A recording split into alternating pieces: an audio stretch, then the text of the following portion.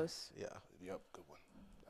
All right, boom. We are back. Episode 94, the DeMarcus Ware episode. Oh, good one. That was really good. Yeah. Listen, I love my D lineman, man. This is a radio show about nothing, podcast about nothing. Of course, we have our special guest slash normal guest, G6 in the building. Hello. And of course, to my left. Hello. Welcome back. The show about nothing. I appreciate you guys for tapping in. Please subscribe, like, and comment. And go to Grace's YouTube channel and subscribe, like, and comment. It will be linked below. She just dropped a review for Cryptocarnalite or Chromacopia, whichever one you feel. And it is very good. I watched it this morning. So please go tap into that, of course. Yes.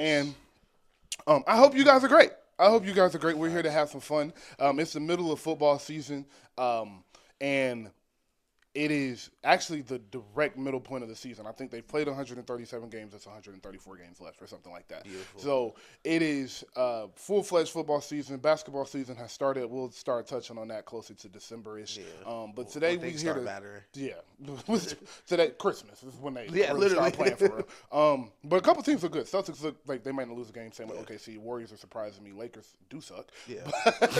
But who cares right now? Hey, listen, 80 playing great, though. 80, Ish has 80 on his MVP ballot. Yeah. I don't know if they'll be in the standings to do it, but he going to be in the talks all year. His numbers going to be crazy. I loved your point 2 shows ago when you was like, I like the Lakers because of what JJ implemented game 1 and 2 and them playing through AD, and they've continued that. Yeah. And if they keep playing like that, they're gonna be okay. They don't have the supporting cast to be a real contender, I don't think, but they'll be okay. Facts.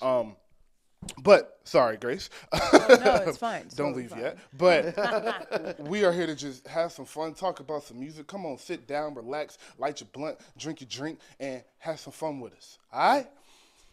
Where y'all want to start? Oh, first off, I do want to start with just a rest in peace to Quincy Jones, the legend, man. The legend of legends of the legends. Yeah. Like, the goat of all goats. Listen, Quincy Jones in the room by himself. Yeah. There's no one else in that Quincy Jones room. Yes. Like precisely. Like he is the celebrity to the celebrities. Yeah. Like he is the goats to the goats. Like that is a different type of producer, a different type of ear for music. Lost a great one, 91 years old, long, beautiful life. And I hope. I don't know if y'all have read his excerpt from the interview where he was talking about the Beatles, but I hope and I pray they did a tell-all interview before he passed, because I know he has some of the best stories you can imagine. So you like Brazilian music? Yeah. Yo, hey, listen. Shout out Marlon Brando. Like in 100 years, we're gonna be like Quincy Jones invented Michael Jackson, and Quincy Jones invented music. Quincy Jones invented music. A pioneer. We tell my kids he played the first note. It wasn't Beethoven. Yeah, no. It was Quincy Jones. Yeah. Shout out Quincy Jones.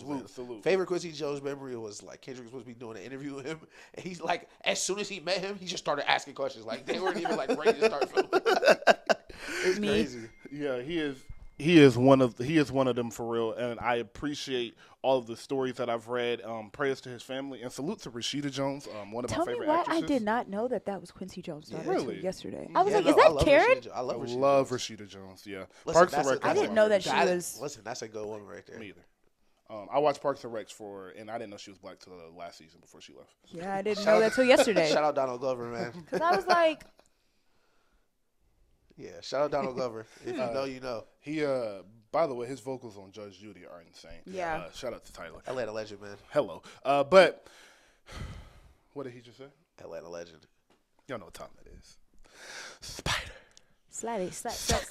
Listen.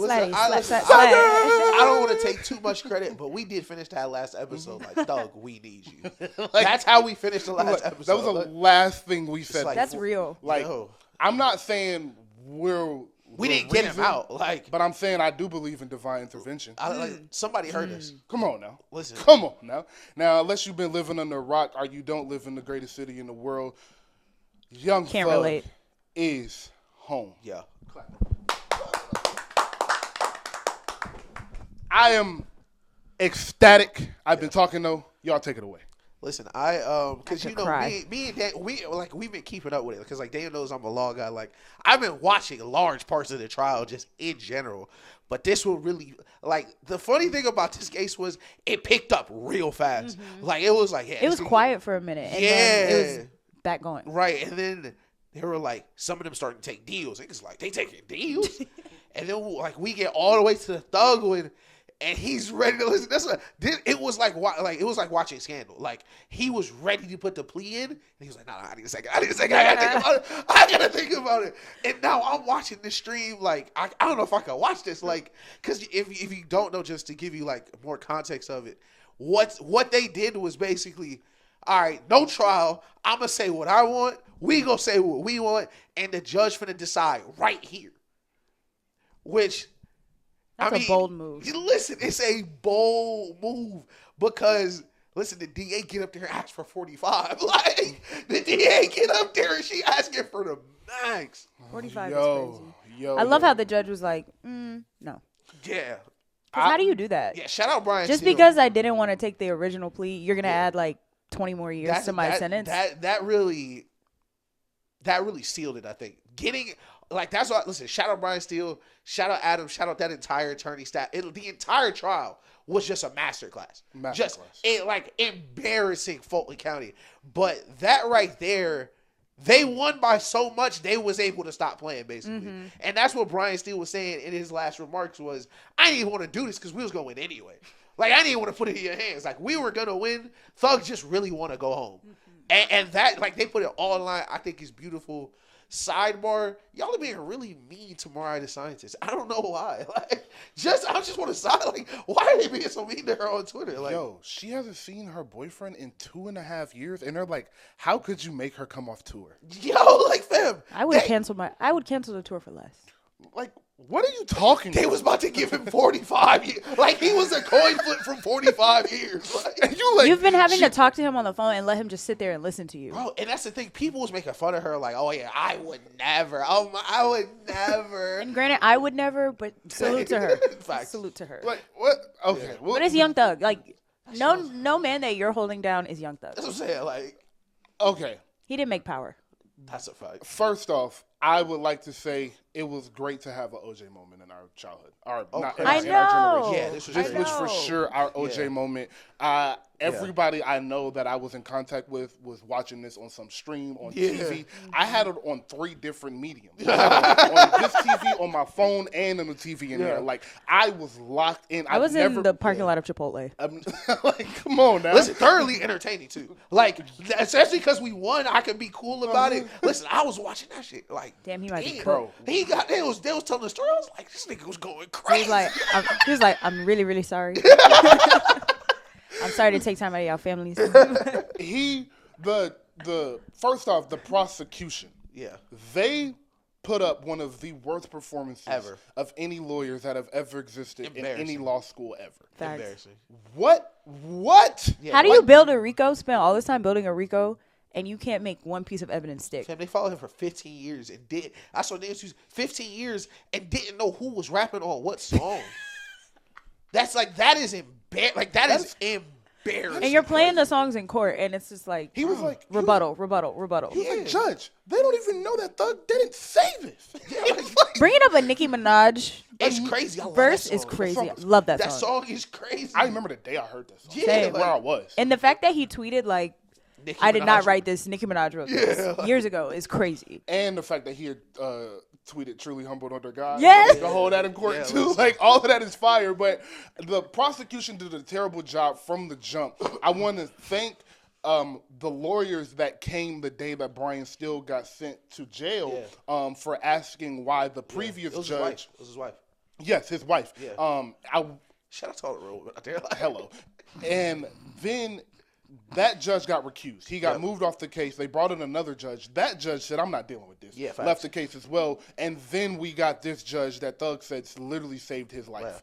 So I want to give some props to that judge for having the grace with Thug and see him through the bullshit that the state was trying to pull on Thug. Because as Ish said, 15 years following you around, wiretaps, looking in your phone, and you don't even know Duke said that and I didn't. Like, come on, dog. So, and then on what I thought was amazing was so if you didn't watch, the state got up and read off essentially why this was happening, all of the details behind it, right. When this killing happened, when this shooting happened, when this lyric was said, what song was this? They sat up there, rapped the lyrics, and played some of the songs, which was extremely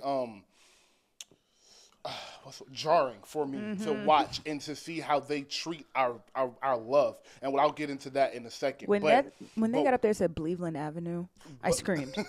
But watching all of that happen was very like whoa to me. But then after that, Brian still gets up and everything they said, he said, nope, that's not true because of this. That isn't true because of this. Yeah. When this happened, this was actually happening. We were friends around this time.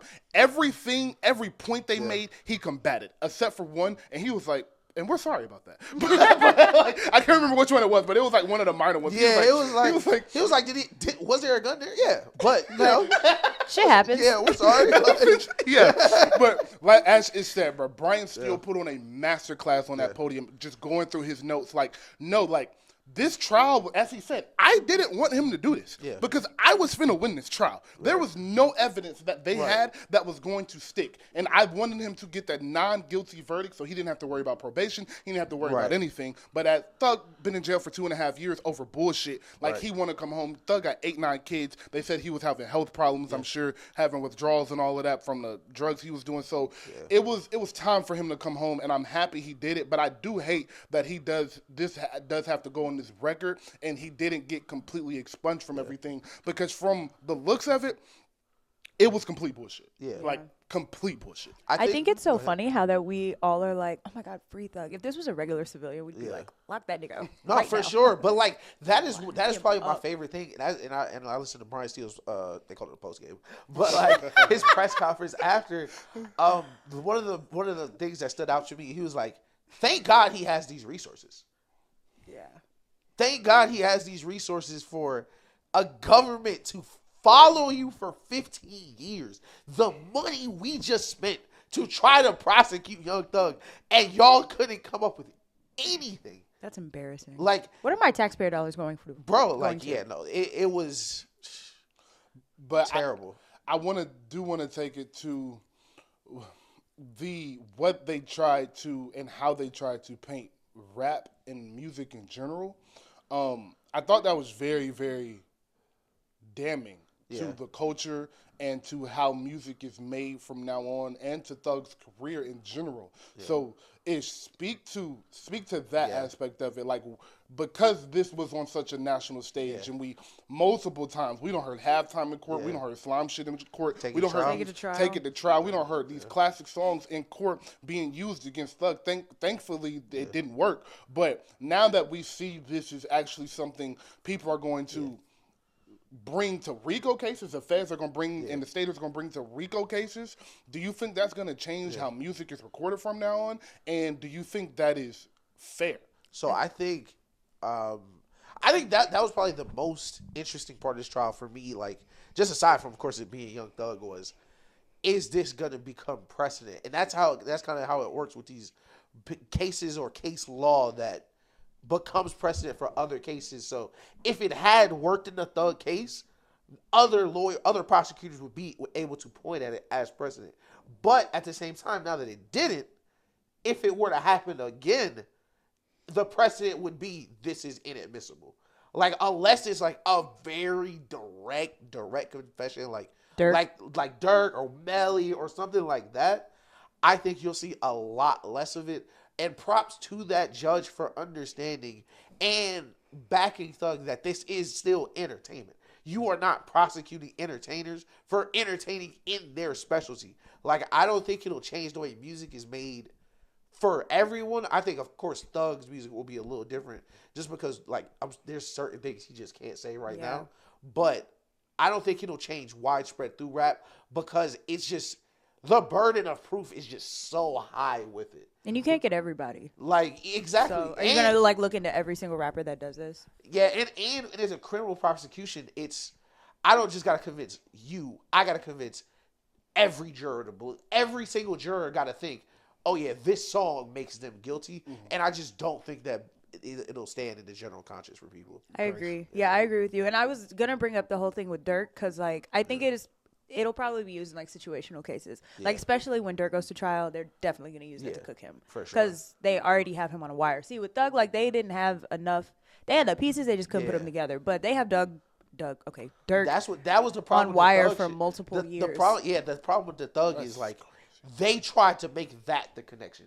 That just the song cannot be why you think someone did something. You gotta actually like it. Just gotta be like sprinkled on top. Like, oh yeah, by the way, like he got on the track, he said it. Like, and also having all of your witnesses get on the stand and like make you look even worse. Say that you forced them to testify so they can get out the back of your That means a slug, love, me, everything. Yeah. So that's what slime means. Are we happy with what Woody did or mad at Woody? Like, did he make this thing better? Or I don't know. I'm happy. I ain't gonna lie. Listen, Thug is home. I see both sides of it. Listen, you was in the street. You was saying what you had to do to survive. I'm glad you were alive. And when it was time to tell niggas you was lying, I mean, if I'm Thug, I still did 2.5 years. I don't know if I'm happy with it, but from the outside, I'm like, it's better than 45. It's way better than 45. I do want to touch on the Dirk situation, and well, I'll answer my question first. What I think is going to come from music is the guys that are heavily involved in the streets need to make a change in how they paint their pictures. Rap used to be very imaginative. Yeah. And it still is in some aspects. Go listen to Tyler's album. But it's very imaginative. And so when Hov was talking about how he was moving, you had to read between the lines to really know what he was talking about. In some cases, you actually had to live that life to know what he's saying. Yeah. Same thing with Nas, et cetera, et cetera. Nowadays, because we're in this clout era, this clout chasing era, I need points. And I would like to give a very harsh criticism to the Adam 22s, the academics, the Vicelands, and these platforms that have made their name and built a ginormous platform of getting paid off of talking about beefs. Right. And so kids think this is how rap is supposed to be, and some kids don't even know that the Tylers and the Gambinos and et ceteras exist. They just think that rap is this violent kill, murder sport, and it's not that. Yeah. But Adam 22 and early academics predominantly made it like that. Yeah. So what they need to do is go back into telling stories, telling pictures. Why are you snitching yourself on a song? Yeah. Like that should be should be like straight nigga rule number 2. Yeah. Besides no snitch. Because you can't make a song about anything else. Anything else. And even if you want to talk about it, you don't got to say, I killed don't respond to shit with Vaughn. Yeah. I'm like, fuck it. My nigga, go get your gun. Like, that shit hard. That shit dirt. That shit's crazy. And then being like, everything on this deluxe is all cap. No, it's not. I ain't gonna lie, some of them shit's goated. Like, I ain't gonna lie. They do. And I'm not really worried about Thug.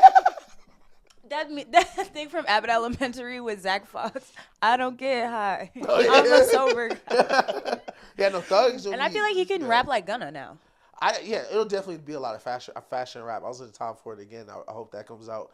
But to Daniel's point, I think definitely crash out culture. Like the idea 1,000%. Of the crash out culture, the YNs the YN culture is a little different than in rap than it used to be. Like Hov, Jeezy, like.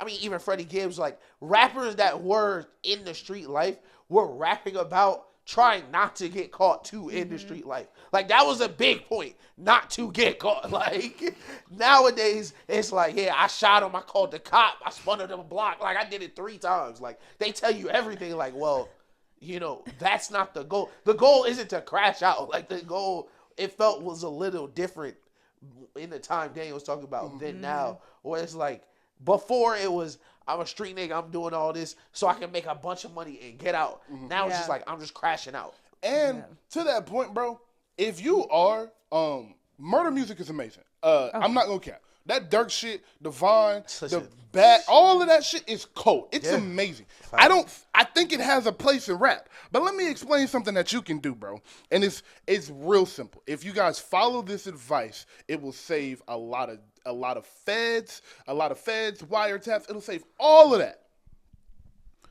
Lie! That's a fact. Just lie. There's no reason to tell the truth. Yeah. We won't know either way. You don't got to have a gun to your name. Just lie.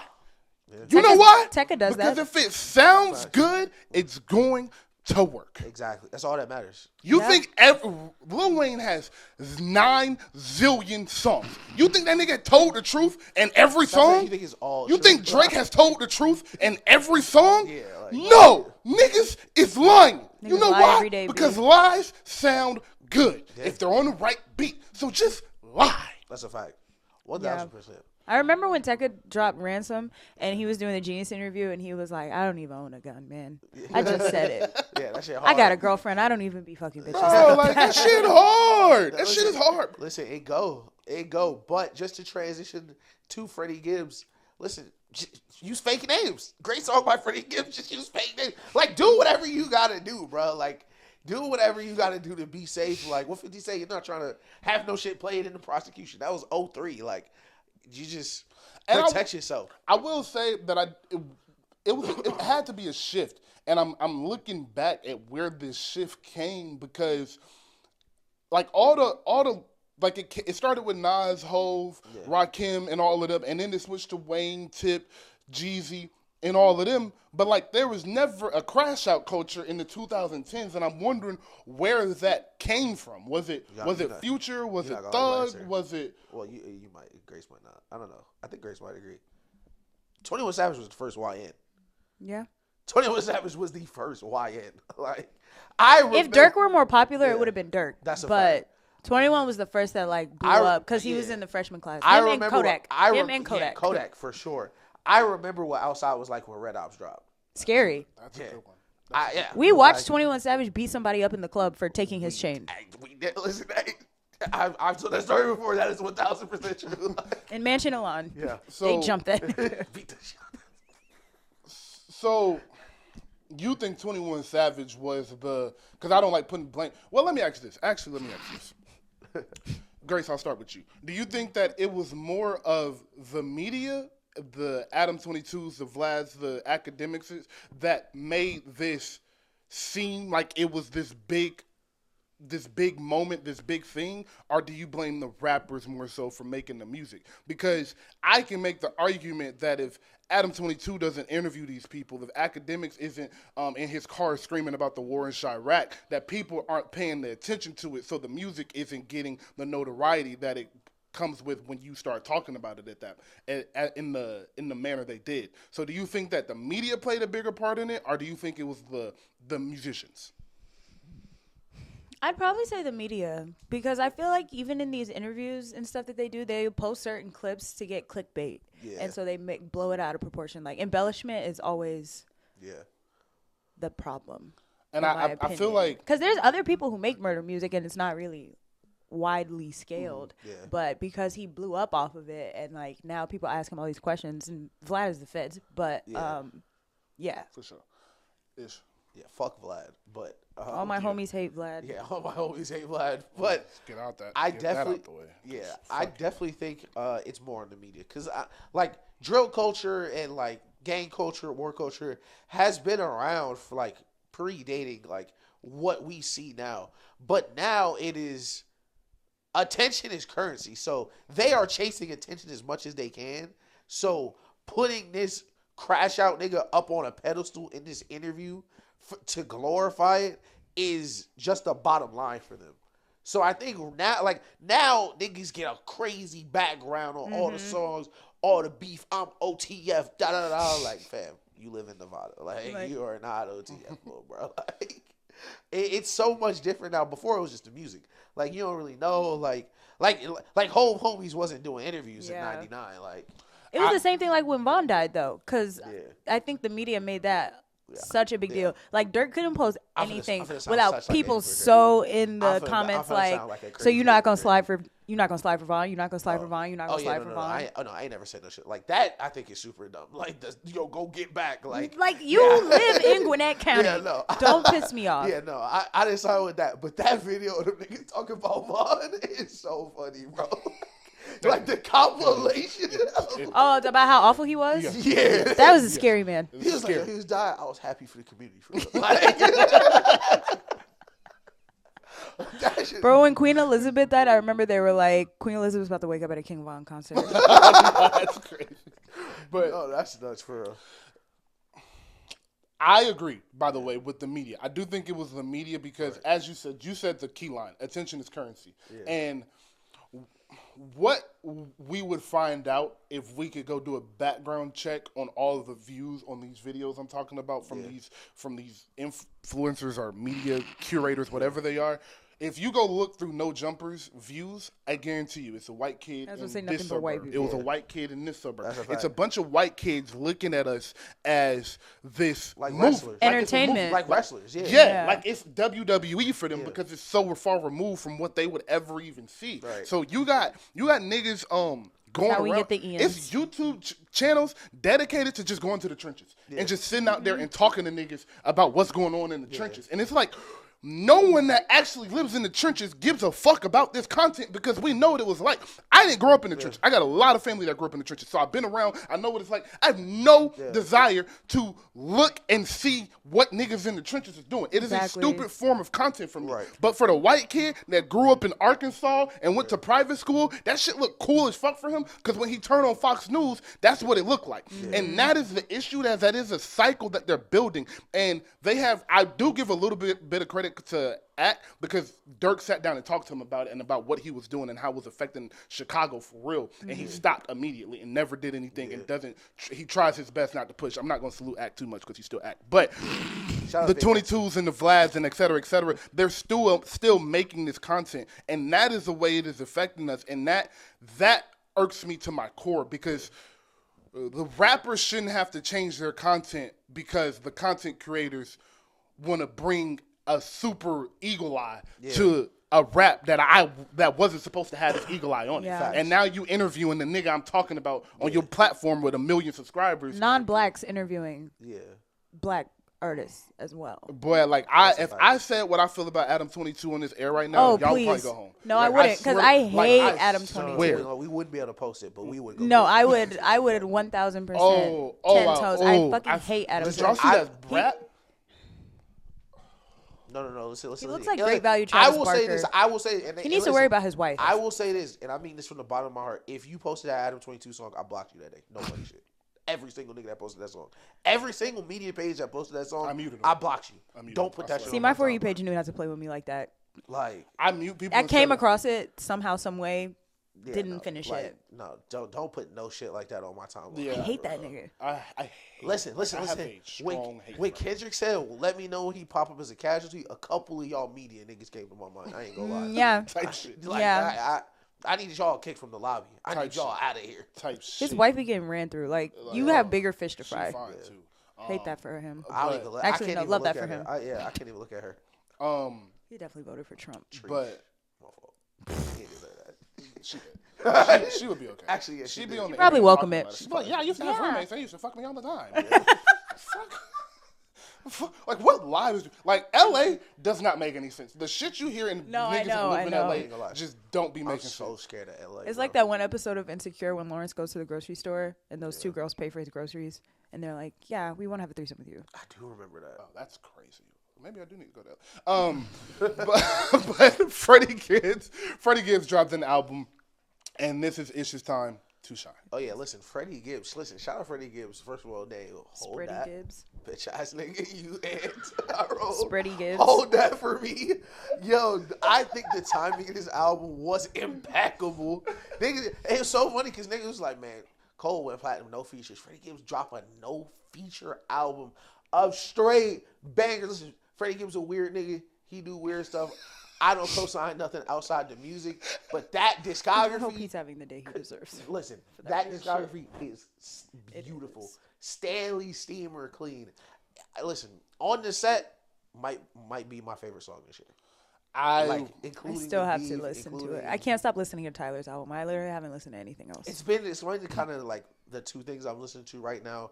Because Tyler's, of course, like sonically and like the bridges and all the layers and stuff. And then Freddie Gibbs, like that is the listen, it's not 5 niggas rapping better than Freddie Gibbs. And I feel like I need to be in like a certain I can't be listening to that casually on the way to work. I need to listen to that when I'm at home. Sitting down so I can digest everything. I would like he's going. I would like to point out that Freddie Gibbs' album is fantastic. And it's not an album, it's a mixtape. Yeah. It's a mixtape that is formed as an album. But it is 12 songs. He is rapping. I think it's maybe 2 hooks on the whole thing. Yeah. But he is getting off. He is a special lyricist. But it's real funny, me and Ish was having, if y'all was wondering why he said that to me, because me, Ish, and Tyrone were having a conversation. Shout out to TB, he did make it out of the airport. But yes, sir. Wait, what? I was stuck for a really long time. His life is so, like, the shit that be happening to him is not real. But yeah. We was having a conversation about who was a better rapper, Freddie Gibbs or J. Cole, and it was really funny to me that it said that because it was like J. Cole dropped a better version of this album early this year with Might Delete Later. Just by the way. I just wanted to point it out. I'm just saying. I'm not saying nothing. I'm just saying Listen. Freddie Gibbs can make Might Delete Later. J. Cole cannot make Rabbit Island. Do you feel like that's a biased statement coming from you because you don't like J. Cole? Actually, you hate J. Cole, actually? I think there's for sure a little bias in there.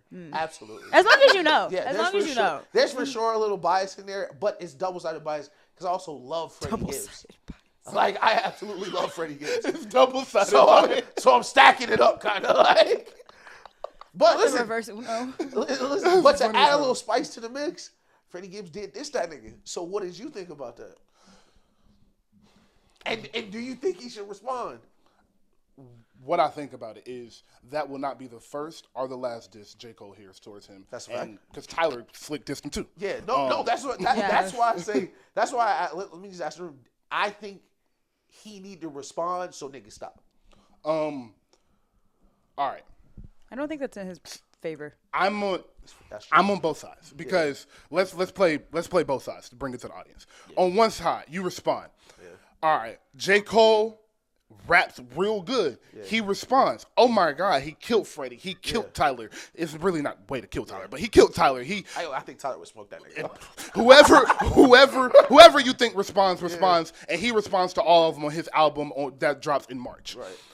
On one hand, we're like, yeah, that's a really cool song. You responded. But then as soon as you do that and you get past the shock effect of J. Cole diss somebody, it's, well, why didn't you have that same energy for? Why didn't you have that same energy for? Right. So there's no winningness for J. Cole, which is why I don't understand why he made the initial decision to apologize because there's no path where you come out and look like a real nigga, like the rapper, like the best rapper in the world. There's no path where that happens now because you apologize. Let me throw this out there because listen, it has been put on wax that I hate J. Cole, but I actually do like J. Cole music. I just don't like that nigga. But he did draw a line, like, yo, Kendrick is my friend, Drake is my friend. He did draw that line, like, yo, those are my niggas.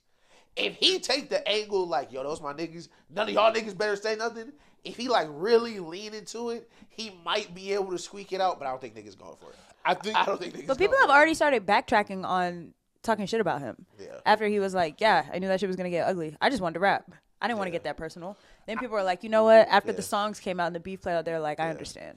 I don't think people are mad that J. Cole backed out of the beef. People are mad that J. Cole got on the stage in front of 100,000 people and said, yo, I'm sorry I said this. If you respond, my chin up, my chest out, and raise your hand if Kendrick Lamar is one of the best rappers in the world. What? Just want to put out Grace was in that audience, by the way. What the fuck? What are we doing? Grace was live on the scene. I was. If J. Cole would have dropped 7-minute freestyle, sent Kendrick a DM like, yo, heard Euphoria, take me out of it. Yeah. Sorry. Yeah. And no one would have said anything. Niggas would have been like, oh, we understood. Oh, J. Cole, they talked, blah, blah, blah. Yeah. And we would have been able to see behind the scenes they had a conversation. Even if he had apologized on the stage, it was just the overkill aspect of it that was really like, please stop talking.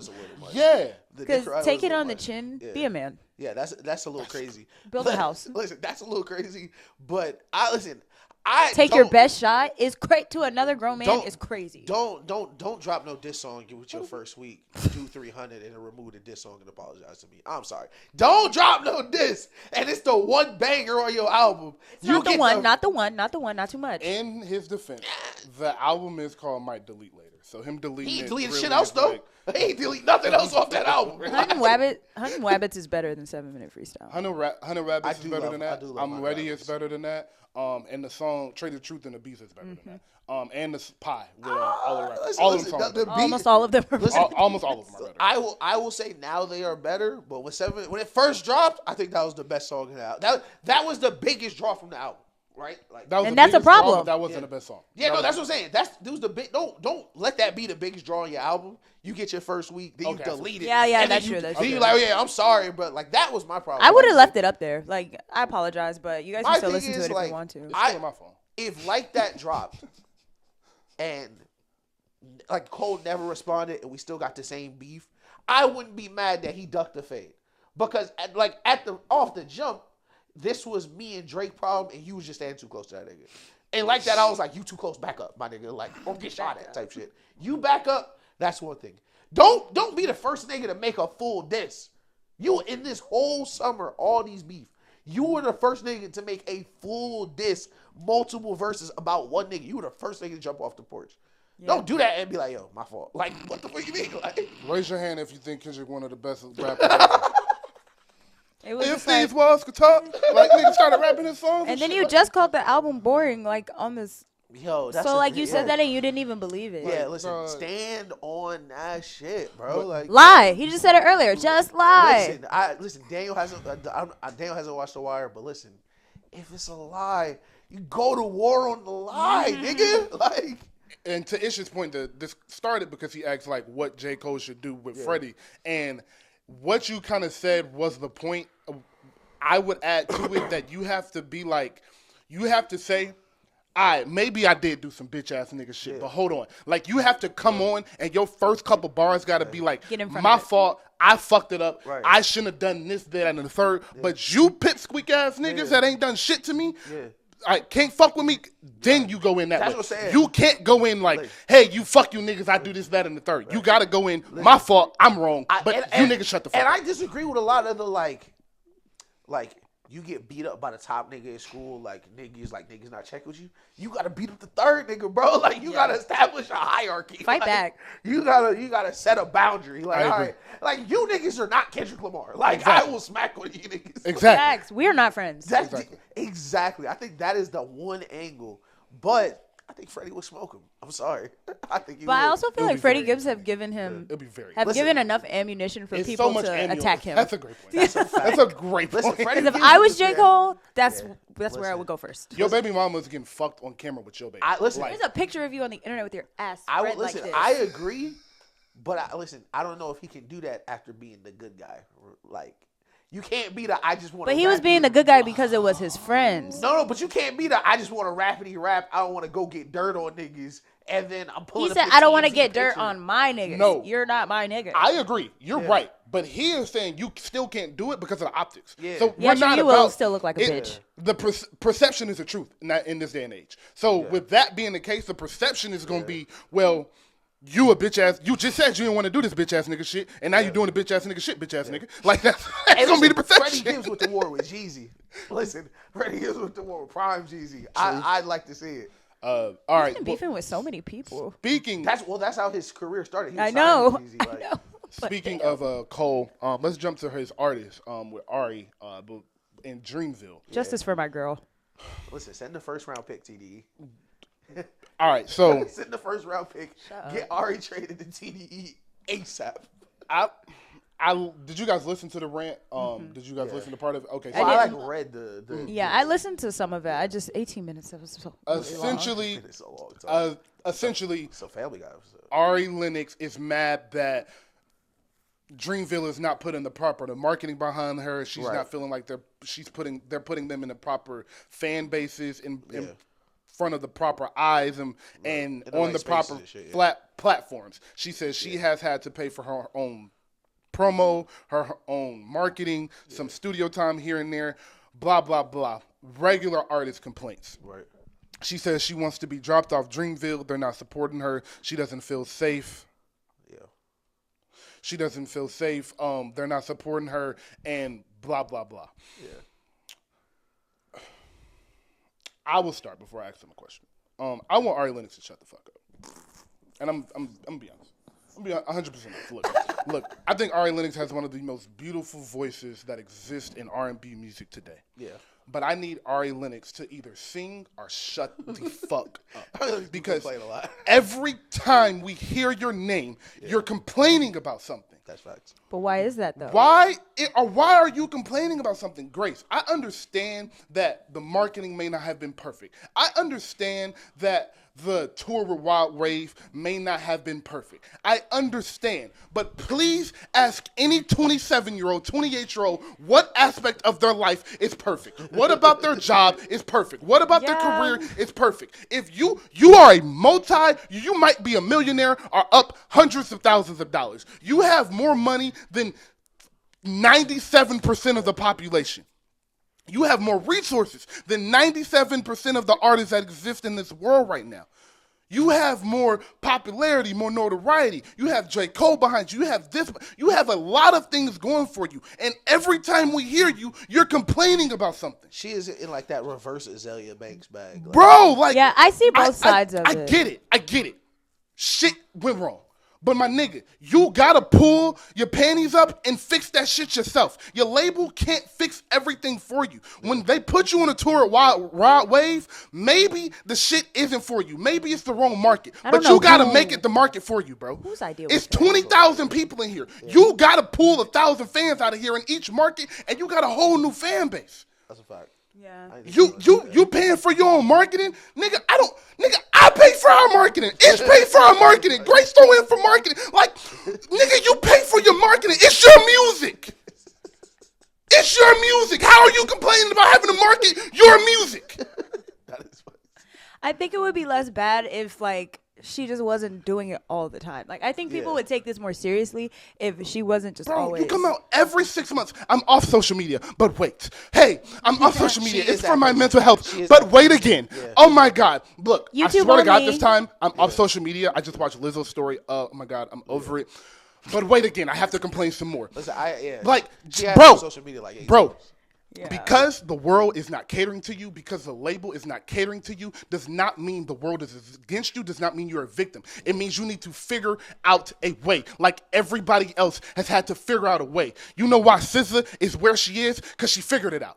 See, that's what I was going to say. You know why Victoria Monet is getting the notoriety she is? Because she figured it out. You know why Tyler's getting the notoriety she is? Because she figured it out. I do feel like Dreamville doesn't, like, market their artists, though. That was the only reason that, like, I wasn't really that as annoyed by what she was saying. While I do agree with all your points, but I feel like there's no reason that, as talented as the lineup on Dreamville is, that they're not way bigger. I feel like they only, like, market them when they're doing a collab album. Except for Jid. I don't like that point for these labels, because what label has 4 superstars on it? This is not Young Money. That was the lightning struck in a bottle with Young Money.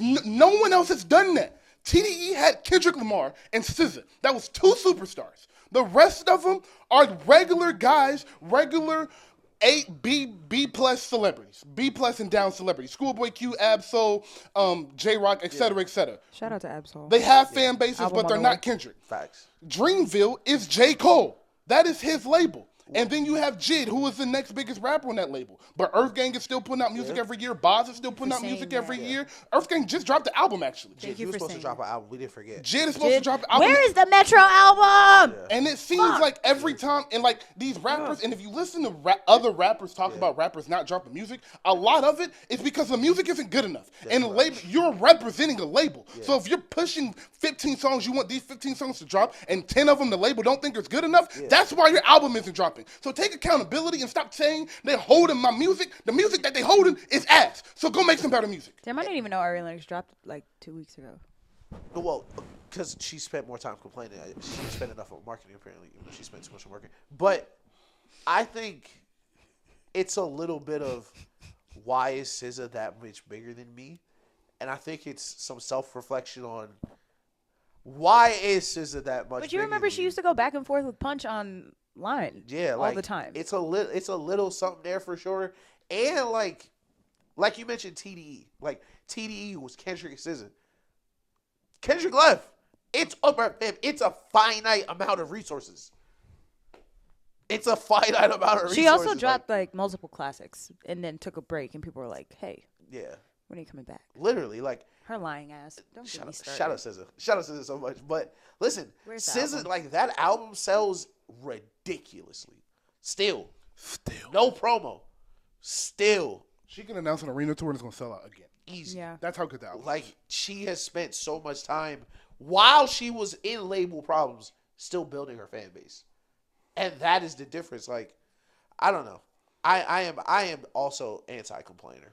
I do agree that she should shut up, though. I mean, I love Ari Lennox. I love her down. And but every time I open Instagram, I have to unfollow her. I have a problem with people who complain about the internet on the internet. Bro, and it's like, that's my thing. It's like, because you're not complaining about about different shit. You're complaining about the same shit so your fans can get in your comments, validate you, and you can take it to your label and be like, see, everybody agrees with me. Right. Like, no, nigga, these niggas don't know shit that's going on up here. And by the way, I've been speaking about this shit all year. Ari Lennox, everyone has gotten fired. Yeah. Everyone.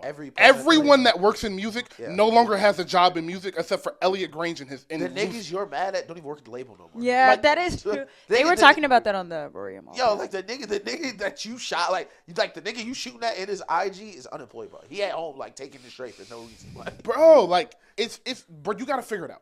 You gotta figure it out. If you want it, you're going to figure it out. If you want to be one of the biggest R&B singers in the world, you're going to figure it out. Victoria Monet is 32 years old, has been writing for people, choreographing for people, singing backgrounds, doing whatever she can to get to where she is, where she sees herself. You have to do the same. It's not going to be easy. You're not going to get on the internet and just complain and get to where you want. I promise. Because if you could have, me and Ish would have been on live complaining about 4 years ago. Yeah, that's a fact. Like, what the fuck, dog? Yeah, you just gotta listen. You just gotta 5 in the morning. Go put in some fucking work. You're one of the biggest artists you one of the 100 biggest artists in the world. Easy. It's a million other people that wish they could say I was as big as Ari Lennox. I had to follow in the notoriety, the resources Ari Lennox did. Like, you're on Dreamville complaining. Yeah, I don't know how she didn't like blow up after BMO. Yeah. Like after Shea Butter Baby, I don't know how, because that was amazing. And I'm sure the label situation isn't perfect. Yeah. I'll say all that after the clip is posted. I'm sure the label situation isn't perfect. Yeah, and she's also like, I think she needs to pick if she's going to be the face of mental health or like work on her career. Because I feel like you can't do both. And that's my problem. You can't be the face of mental health and have bad mental health. I just feel like that don't add up. And unless you're getting help for it. Yeah, that's what I'm saying. Like, or unless you're healed from it. At some point, your mental health got to be good for you to be the face of mental health type shit. Like we got to see some improvement. Yeah. And it seemed like she was going in the right direction because she's sober now. She doesn't drink anymore. And I felt like that was a problem on why her career was going the way it was a few years ago. But now it's just like, girl, get in the booth. Right. Lastly, Ari. Roby said this. So salute to Rob. Maybe your songs just aren't good enough. That could be it. Maybe your songs are really good. I think they are. Yeah. Maybe they're really good, but they're not good enough. And I'm telling you why she's not. It's her voice.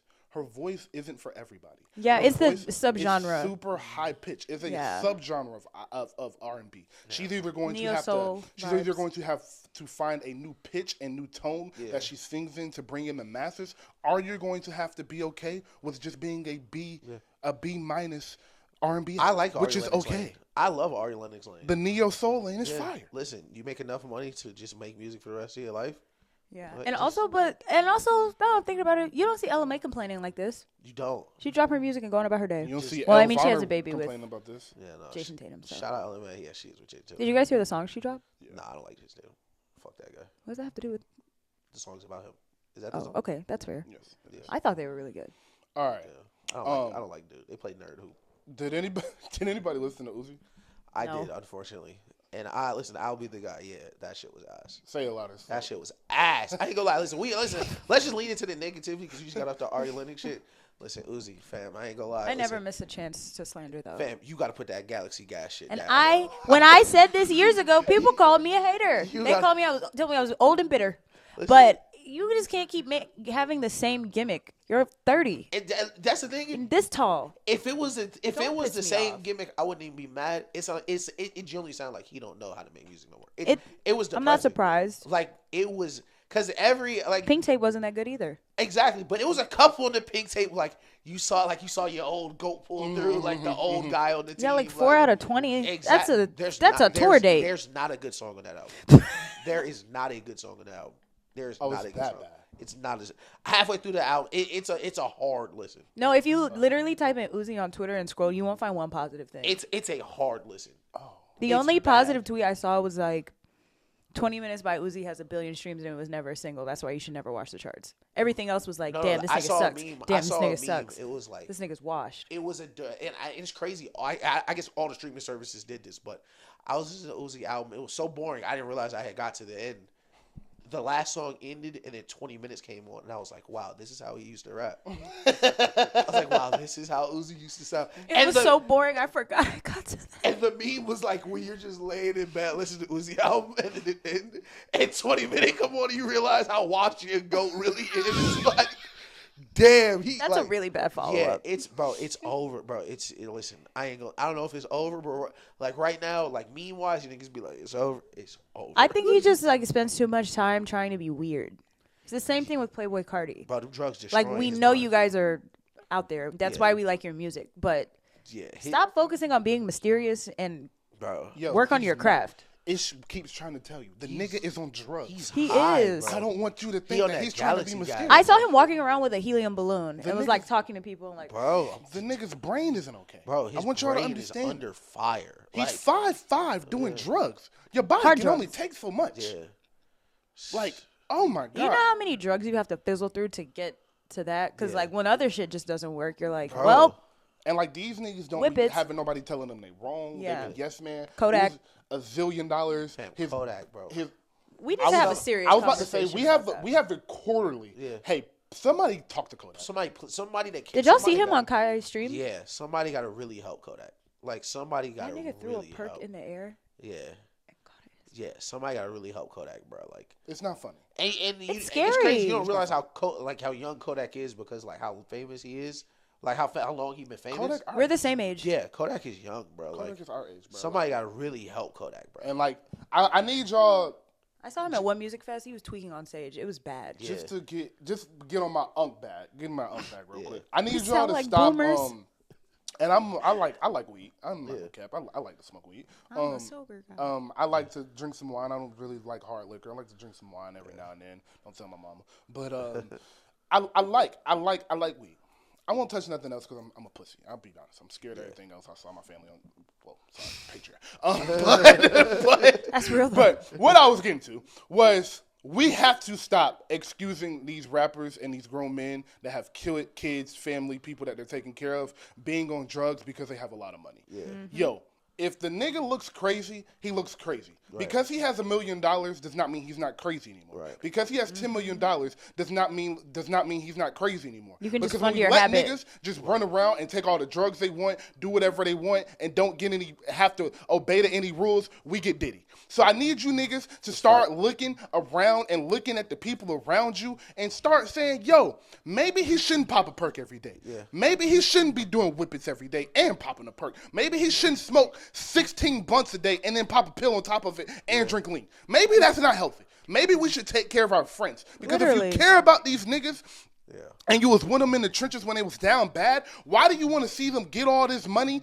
get this notoriety, get this fame, and get this life-changing life and money, and then ruin it because you don't want to tell him, yo, stop doing drugs. Literally. They got the money for rehab. You got the money for this, that, and the third. Just stop it, bro. It's ruining lives. I didn't mean to get on this soapbox because I'm not a lame No, but it's true, though. No, you're like right. Juice WRLD, that could have been prevented. 1,000%.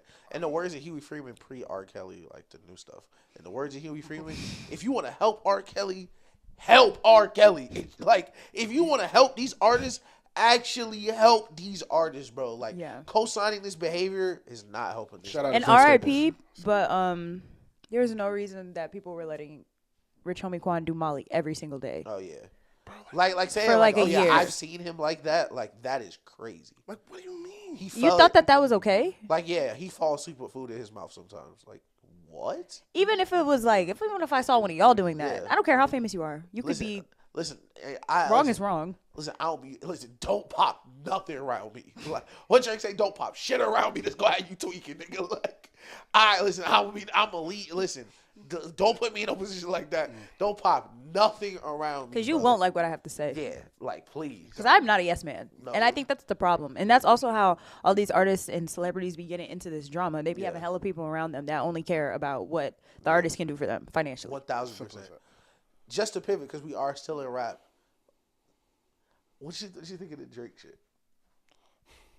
What do you think about him posing around with Chubbs? All right, so if Drake flew to Canada because he knew the Kings were playing the Raptors and sat front row to look at DeMar DeRozan and mumble pussy under his breath, you are a bitch. Now, if Drake was in Toronto, he has the biggest house in the world in Toronto. Yeah. So if he was just up there kicking shit, wanted to go to the game and knew, I don't even care, if he knew the Raptors were, he knew DeMar was coming and he was in the city. So I was like, oh, he playing? Yeah, I'm definitely going to the game. I don't even care if that happened. If he was in Houston the night before and got on a jet to go to that game, if he got on that plane, we got to have some conversations. He need to have the same conversations that the drug niggas need to have. It's just about not being a bitch. Yeah. My God. Listen. Yeah, that's super sad. He had to fly over Louisiana Fest to get there. He directly had to pilot over that to get there. Yeah, I wish I knew the timeline of the day. Yeah, because if that was the case, then that's super lame. That's just. But if you just happen to be there, then I thought the hating was super funny, just on both sides. By the way, I have no problem with the hate. I have no problem with nothing Drake said or did other than the mumble pussy under your breath. Come on, bro. Yeah, but I'm not even that mad at that because the camera shouldn't have seen that. You can do some dick shit. eating. Yeah. So that's the thing. I think you're towing that dick eating line real close. Because, listen, I love hate. And, listen, I don't even like DeMar DeRozan. I hated him on the Spurs. But that nigga's definitely getting his number retired in Toronto. 1,000% getting his number retired. You're going to have to climb a long way up there to get it done. Yeah, I ain't gonna lie. That's a great quote. That's a great quote, DeMar. Salute to DeMar. The more I see it, the more I like it. Yeah, I ain't gonna lie. He for sure cooks you on that shit. That's one thing. You got to win the interaction. You can't lose the interaction. No. You can't. Nigga cooks you in the press conference and then put the Debo shit on IG. 2 for 2. Clean sweep. But my thing with the Instagram thing was why is it not corny when he did it? I don't know. This is DeMar not an Instagram nigga. I know, but still, you're still responding to a comment somebody made on your Instagram story. People were clowning Drake for doing that. It was a meme of what happened. No, I know. I saw it. I saw it. Because DeMar called himself Debo, and Drake would not say nothing to him. And then when he's walking to the locker room, he start talking yeah, that shit looks weird. I think because they call him on the camera, whispering that shit, he put it up. But, that's just a tough look, bro. Also, Drake knows, as well as everybody else that grew up in L.A., DeMar not that nigga to be fucking with. I feel like DeMar's super safe. I don't know. I feel like DeMar was super safe that entire night. I don't know if you guys know about where he's from, what street he grew up on, and all of that. But DeMar DeRozan is not the nigga you want beef with. DeMar DeRozan is an NBA athlete gangbanger. That's as scary as life can get. Well, you know how safe he must have felt next to Drake? You know how safe that nigga felt at the game with Drake right there? NBA athlete gangbanger is crazy. Bro, he's a wild resume. Fam, he a super thug. Bro, he is one electrocution. The joke is gone. But I hate when that happens.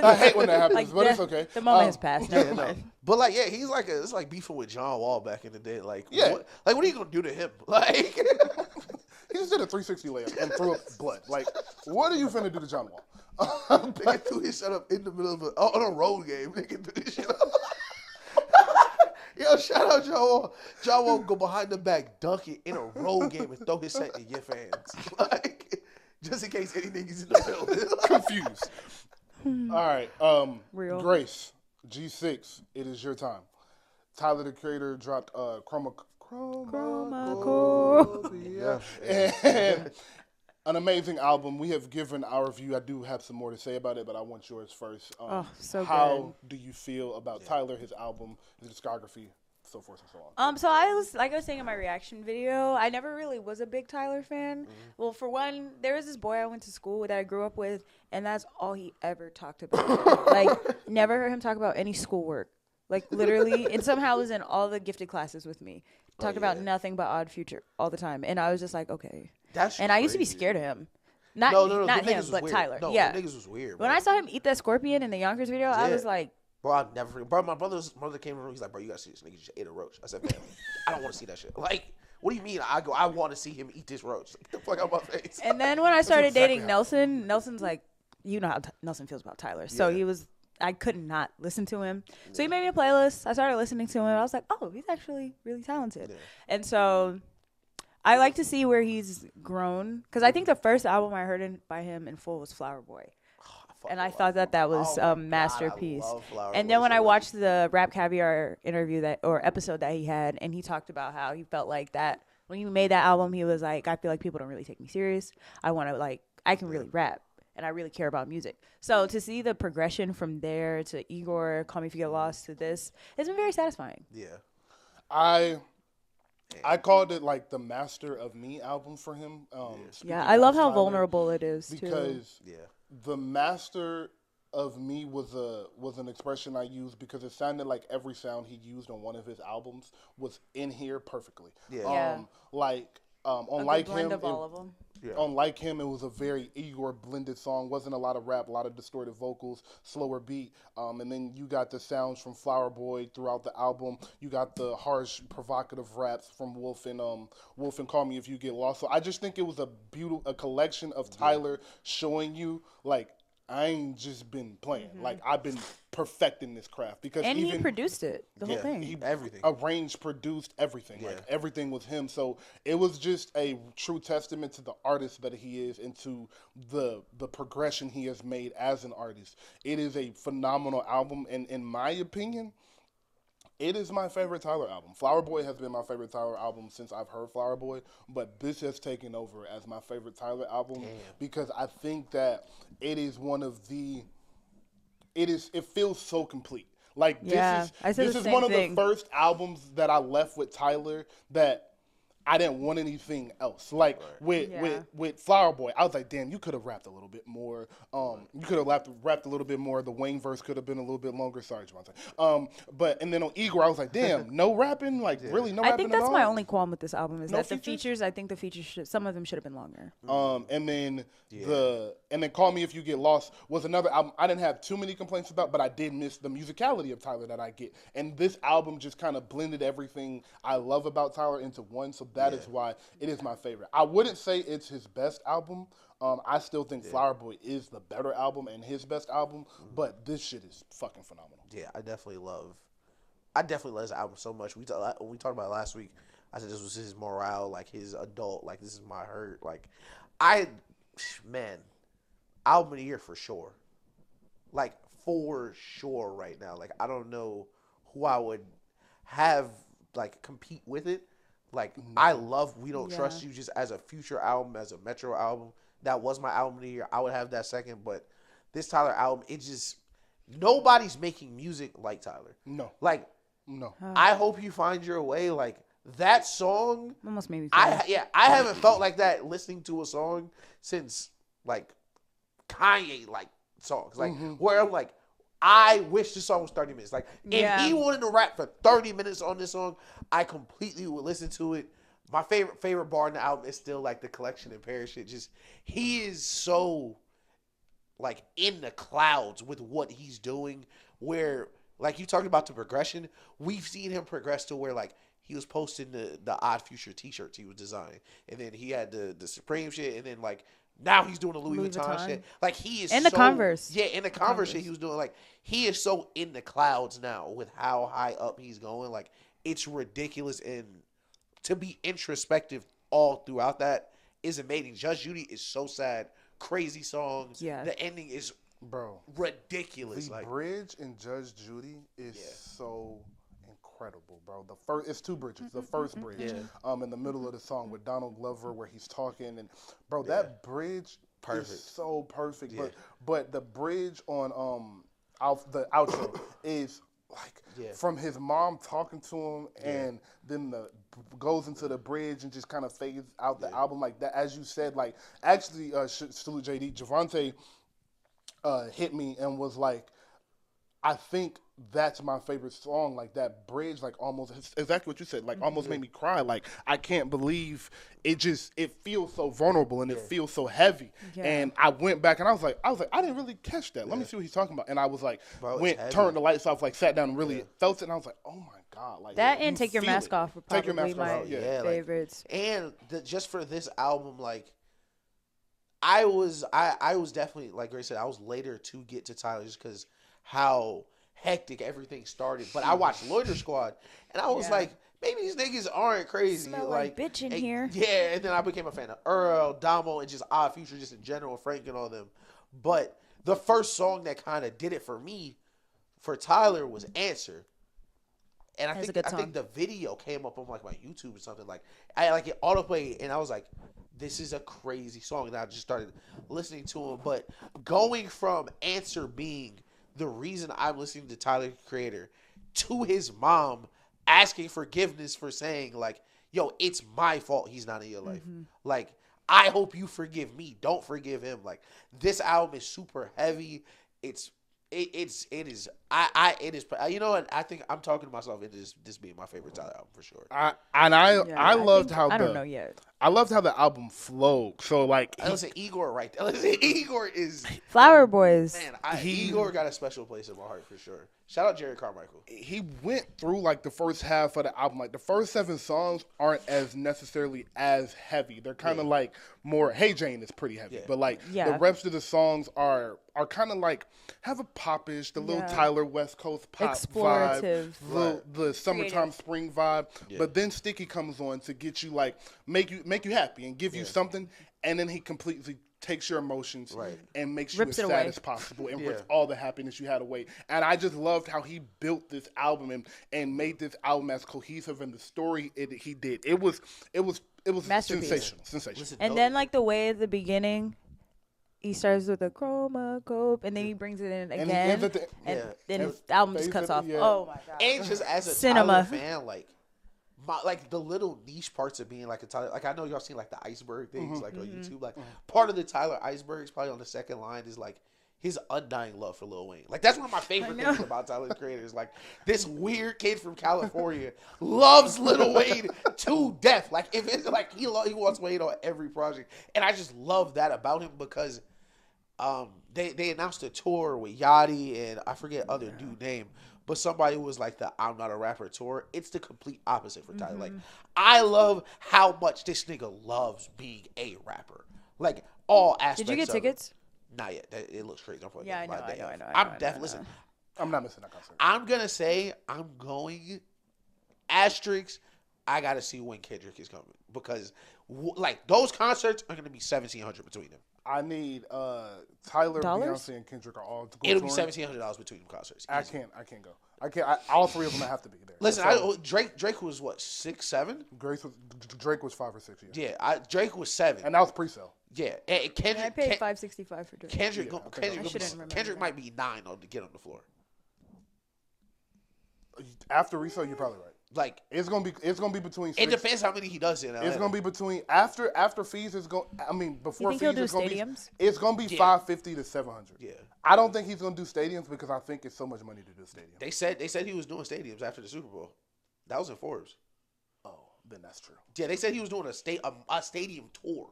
I might have to be in the 100s. I don't know if Kendrick got a stadium tour in him.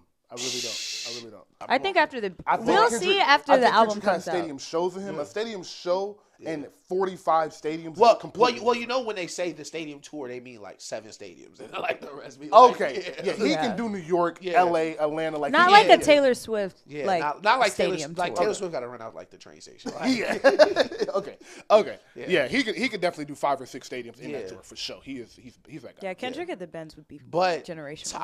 Tyler's gonna be.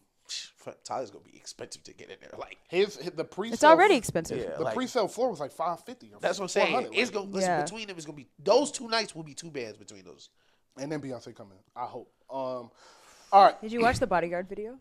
Did I watch the Bodyguard video? Speaking of, even though it'll be over by the time you all see this, I hope you all took your ashy asses to the polls to go vote. I really hope we get to post this. I hope everyone voted. I hope everything goes well. I hope you are watching this whatever day. I hope if it is, up. I hope it's not segregated. I hope this pot reaches the necessary audience. Listen, it was real tense last night when I went to bed. It was really No, tense it was outside. so tense at work yesterday when those like that Klan came and sat at my table. Yeah. Listen, it's something there. And listen, man, it's crazy because me and Grace goes so about far back. Like, oh God. Me and Grace were like active friends during the Hillary-Trump election. Mm-hmm. Boy, it was tense. We were literally in the dining hall, everybody holding hands, like 40 praying for an outcome. I went to a white private school. I was at a predominantly white private school in Conyers, Georgia. Yeah. Please. Yeah. Please. Yeah, look, me and Grace was in the dining hall in the heart of Atlanta, like 40 kids, and it was like, he's gonna win Ohio, and everyone. It just got quiet. No one stopped. Everyone just got up one by one to go back to their room. Nobody said a word. Like everyone just the day. And the next day it was so. The day Trump won, calm. The white boys at the school was outside, 6 truck deep, MAGA flag, American flag, MAGA flag, American flag, and a MAGA shirt with MAGA hat saluting. Like, that's crazy. Like, this is where I went to school, bro. Yeah, that's like, crazy. This shit, like, that's why I'm not going to do it. I'll start. That's scary. That's like a terroristic threat. Like, I hope black kids were going home that day. Like, their parents was like, never mind. Yeah. Like, we're cool. Listen, I hope that's so you scary. voted. When you're watching this, hope you participated in our election process. Listen, I hope everything's good. Do you think you fell under the coconut tree? I wanted to ask, it was the anniversary of her loss. Was it yesterday? Yesterday. I listened to it 3 times. That's the only thing I listened to besides Tyler. I just want to give that. And Billy. I just want to give that to the room. How do we feel about her loss 2 years later? Just like I felt about it when it came out. Started it all. It's a classic. Yeah. I won't be silenced. It is a classic. I think without a doubt it's the best album Drake has dropped since Views. Agreed. That's not even a question for me. It's the best album he's dropped since Views. What came after Views? Certified Lover Boy. After, was it More Life? Yeah. Yeah, and then Certified Lover Boy. More Life, no, Certified Lover Boy. Sorry, I forgot about Scorpion. That shit was doo-doo. Yeah. And forgot about Dark Lane Demo. And Dark Lane Demo. I be forgetting about that. I think that I count that as a mixtape kind of throw. Like, I don't count albums that people don't really count as albums as albums. Yeah. So, like, I Am Not a Human Being for Lil Wayne is not an album to me because that wasn't a real album. Okay. Like, Dark Lane Demos is not an album. That Freddie Gibbs album is not an album. So, I think that our word album means something, and when it don't give you that feel, you shouldn't put it there. But if we did count it, maybe that. I ain't gonna lie. Listen, I think you're right, and it's some songs on her loss I think belong in the top of Drake's discography. I 100% agree. I feel Hours in Silence, Middle of the Ocean, and damn, he didn't write Jumbotron, so never mind. Rich Flex. I wouldn't put that I would put that at the top of Drake hits. Like, I like separate with Drake's the God's discography plans. and Drake hits from each other. And y'all listen. Y'all know I hate Drake hits. The reason I put it at the top is because I think that's one of his best performances on a hit. Okay, that's fair. I think he was going crazy on the second half. I would take off Rich Flex and I will raise you either Broke Boys or on BS. Broke Boys for sure. Broke Boys is crazy. Bro, I love Broke Boys so much. He was running out of breath. And I think privileged rappers deserves more flowers. He was pissed. I don't love that song like I love that song. Listen, and you know what's crazy? Niggas call. I said, bro, why is he dissing Metro on a Metro beat? He's like, bro, why would he diss him? You're crazy, bro. You read it too deep. I'm saying, but listen to these bars. Like, yo, listen, he cooked Metro. Nigga went and bought a house when he could have bought a verse. Yo, he said, yo, nigga, you can say what you want, but if I send you the verse, you go take it. Shoot a video. Arm around me like we aces. Pop out on my shows. Jump around. Yo, listen, he set Metro on fire on his own beat. Like, I'm skating through this album like a Montreal Canadian. It is some super high highs on her loss. Yeah, I don't think Drake has reached highs like that since Views. That is a phenomenal album. Like, I don't want to. It might be. Listen, it might be a classic. Next year, we're gonna have some fun next year because towards the end of the year, we're gonna rank. It's a half decade at that point, which is crazy. But yeah, it's a half decade, so we can rank the best albums from this decade, half the decade, and that's an interesting list because it's been some shit that's come out. Let me ask, because we next year is 2025. Yeah, that's crazy. We said, listen, might be a classic. Some of Drake best highs. I want to. Where is it in collab albums? It's high. Where is it? Better than What a Time to Be Alive. It's better than What a Time to Be Alive. Is it better than What? I'm not saying it's clearing it. I will be honest. I'm lower on What a Time to Be Alive than everybody else. I'm also lower on the Drake and Future duo than everybody else. Don't get me wrong. Nelson feels the same way. Don't get me wrong. There's Drake and Future. I'm not saying they suck. I'm not saying they're ass. Y'all be tripping. No, I'm not saying. I'm just saying like niggas act like Drake and Ross is better than Drake and Future. Drake and Wayne is better than Drake and Future. That. I can argue Drake and Nicki is better than Drake and Future, but I'm not there today, so we won't do that. But YMB forever though. Hello, but it's high. It's high. Also, What a Time to Be Alive is really like a Future project featuring Drake. I disagree. Future watched Drake on a lot of them songs. I agree with that part, and I do agree that it sounds like a Future dominated project because Future did dominate that. But project. those are like Future type beats. Yeah. Well, that's what I was gonna say. So Drake got I set think up a little What bit. a Time to Be Alive is produced better than Her Loss, just because Metro on What a Time to Be Alive, I feel like really took that leap. Like the beats on What a Time to Be Alive are ridiculous. Like Jumpman, Scholarship, Diamonds Dancing. But also, What a Time to Be Alive has big rings. So I actually like that song. I don't dislike that song as much as everyone else does. I don't like go out my way to put it on. That's a fact. But What a Time to Be Alive does have that 30 for 30 freestyle dissing Jay-Z. And that shit is ridiculous. That is true. That shit is ridiculous. Nelson tried to say that song is like overrated, and I'm like, you're smoking. And listen, it's very few Drake outros that are overrated. And Diamond Dancing, the outro on that is legendary. Yeah, listen, legendary. I think that's one of his best performances. It's really starting to show on you. Well. Like, it's really starting to show. You're doing me dirty. Like, doing me dirty. Ungrateful. Your mama be ashamed. Your mama be ashamed of you. It's crazy. Shout out to dude, bro. Shout out to dude, bro. We talked a lot of shit this year, but you are him. You look exhausted. You look exhausted. Listen, sweetie, them late nights not good for you. Like, and I think the reason Her Loss may age even better, and I was really vibing to Her Loss. And think about this, like when I knew we were gonna do the show, like we planned it out. I think that was the end of peak Drake. I think that's where it ends. Like when we look at like how we categorize previous like peaks for rappers, like we look at like Carter 4, like right there was the last one we got. Was like, oh yeah, this nigga might be the best rapper alive still. Like, I'm glad that people finally are seeing the light about that. Well, not you, obviously. Listen, niggas be saying some. Carter 4 is.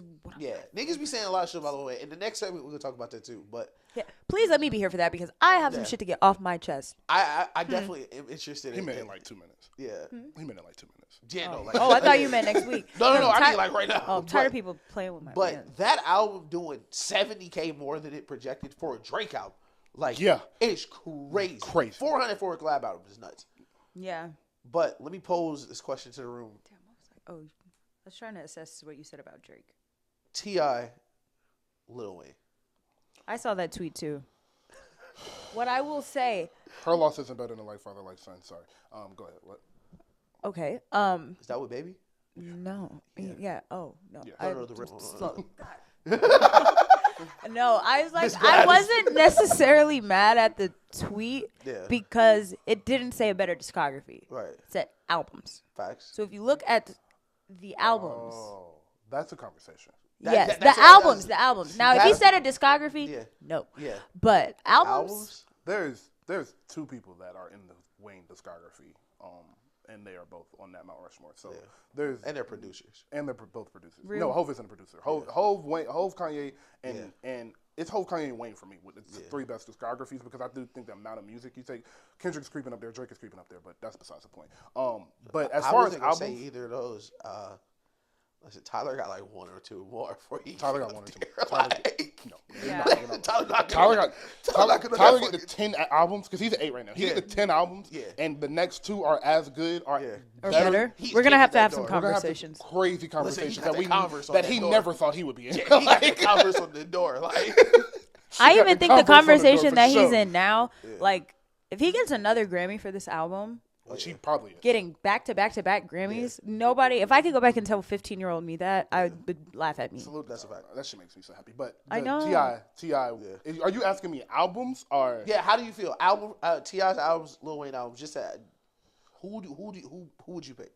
I'm going Wayne, but I listen to more Lil Wayne than anybody that y'all know combined.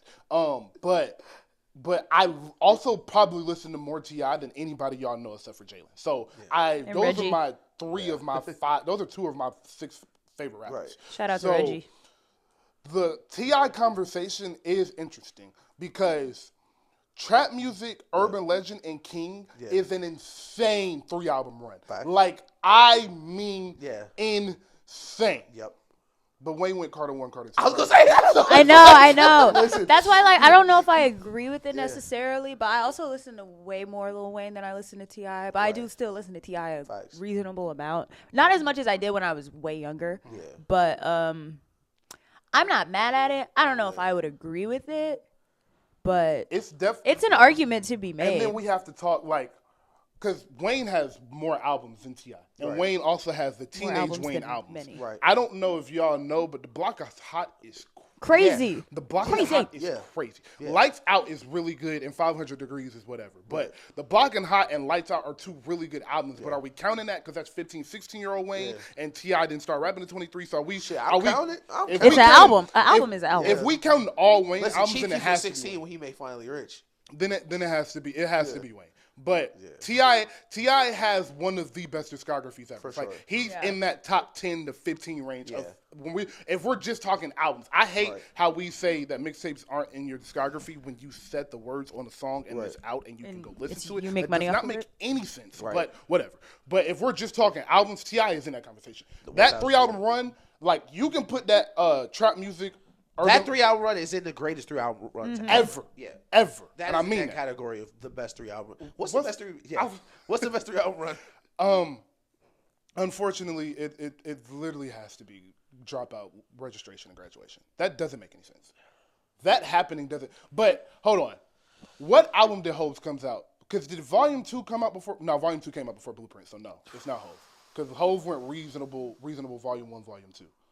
Which is still really crazy, but that's not that. So I think it has to be dropout. I think the Carter 2, 3, and 4 is Carter 2. I think Carter 1 through 3 is in the top 5. It's not a lot of crazy 3-album runs. Like a lot of rappers don't make it 3 albums. Good Kid, Mad City, To Be Butterfly, and Damn. Thank Me Later, Take Care, Nothing Was the Same. Yeah, both of those.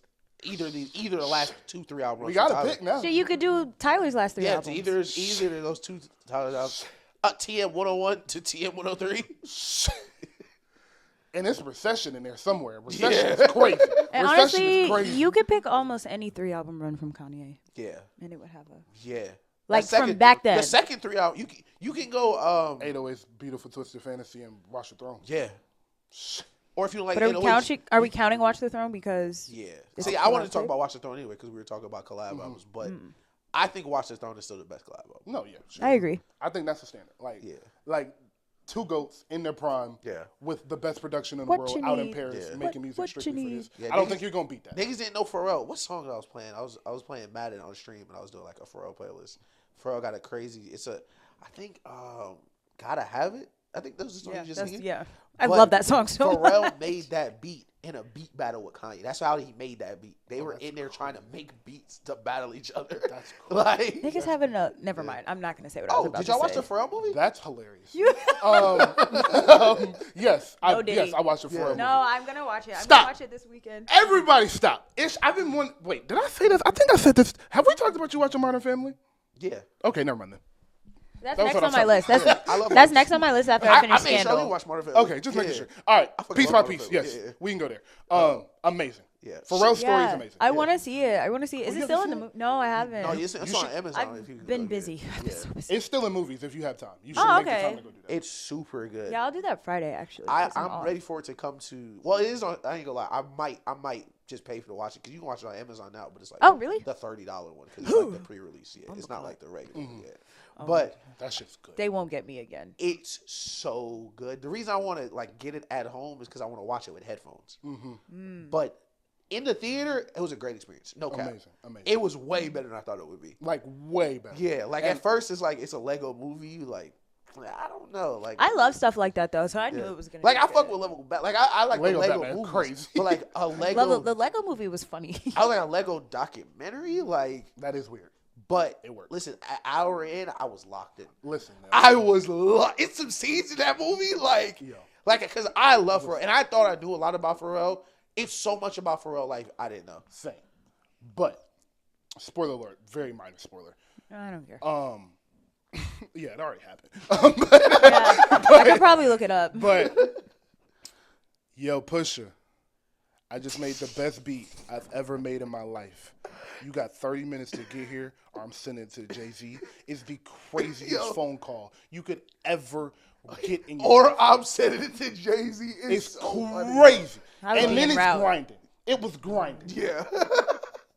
Jay-Z on grinding would have been stupid. Like, what? Was that your favorite scene? Yes! I think my favorite scene was That's crazy. I think it was 04. I forget what year it was. Pharrell made over half of the top 100 hits or whatever. That was the craziest shit I've heard in my life. That is a crazy statistic. There was a scene where he's in the New York studio working with every single artist at the same time. He's going from studio to studio making the beats. And and not like Wayne, Drake, Kanye, Ho. It's like Gwen Stefani, like Lupe Fiasco, Pusha T, Ho. Oh, what's his name? Britney Spears. It's ridiculous. What's the nigga name from? Busta Rhymes. Yes, it's so many. What were you gonna say? What's the nigga name from Look at Me Now? And then on top of it, it's like Busta was explaining in Lego Forum how it was like you couldn't be the one not to get a Pharrell beat and make it a smash because all of them were smashes. Yeah. So that's why he was on the Billboard, because it was like once you get a Pharrell beat, you're out of here. What was the first one that took him out of here?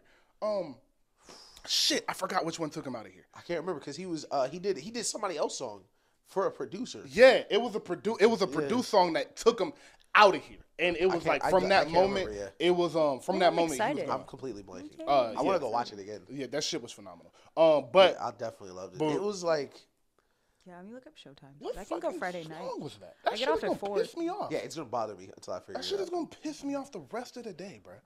What the hell? But the way they talked about Pharrell is so funny, just especially in the context now of how like producers can be stars. Like, you know who Metro is. Like, they cut the video on for what's the Jay-Z? I think it's Beautiful, or one of his first like early hits. He's like, why is he in the video? Like, he in the video dancing around, singing and shit. Is it called Piece by Piece?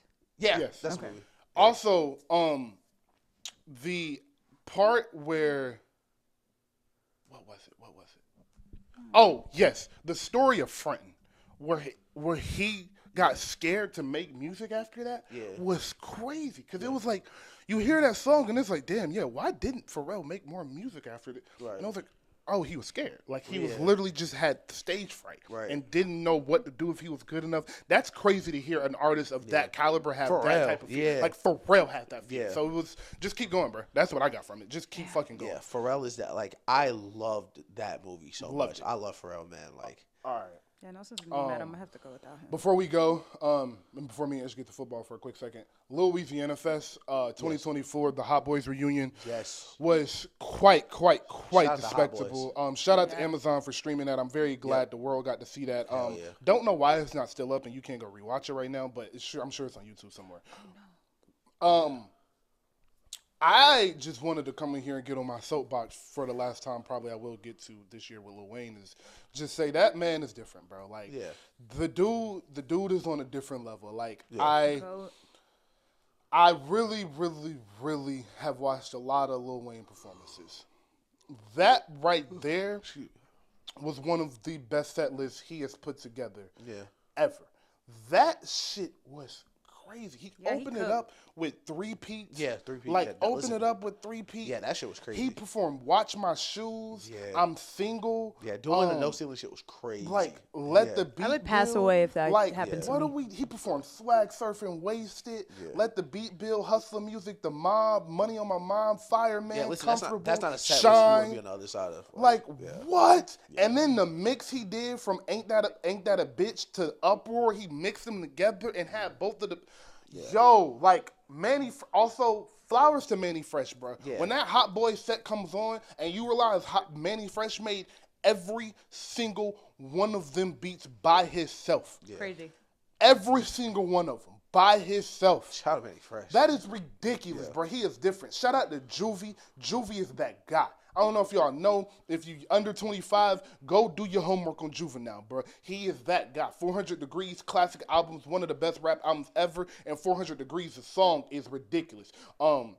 But seeing them Hot Boys perform live, that's 30 years in the making, bro. Yeah. BG been in jail. Turk been in jail. Juvie been doing what he was doing. Juvie and Stunna was beefing. Really Juvie and Wayne was beefing. Like, for that to come together how it did, especially if you know the history of New Orleans and the beef in New Orleans and how that usually goes and shit, to see them come on stage 30 years later, all of them free, all of them looking at least somewhat healthy and like performing, like with voice, like with their words and rapping, and you could tell, like, that shit meant a lot to every single one of them. Birdman couldn't stop smiling. Manny Fresh just stopped laughing and went to the back and was just rapping, just watching them. Lil Wayne was rapping everybody's verses. Like, he wouldn't stop. He was, like, he would get done rapping and just start rapping the next verse. Because it was like, these niggas was my idols. Like, if you hear Wayne talk about Juvie and BG when he was young, like, them was his idols. So for him to get on that stage, and you could tell they had rehearsed, which Manny released the footage, it was truly, truly a spectacle. Wayne is that guy. Salute to the Key to the City, the Lil Wayne Day, the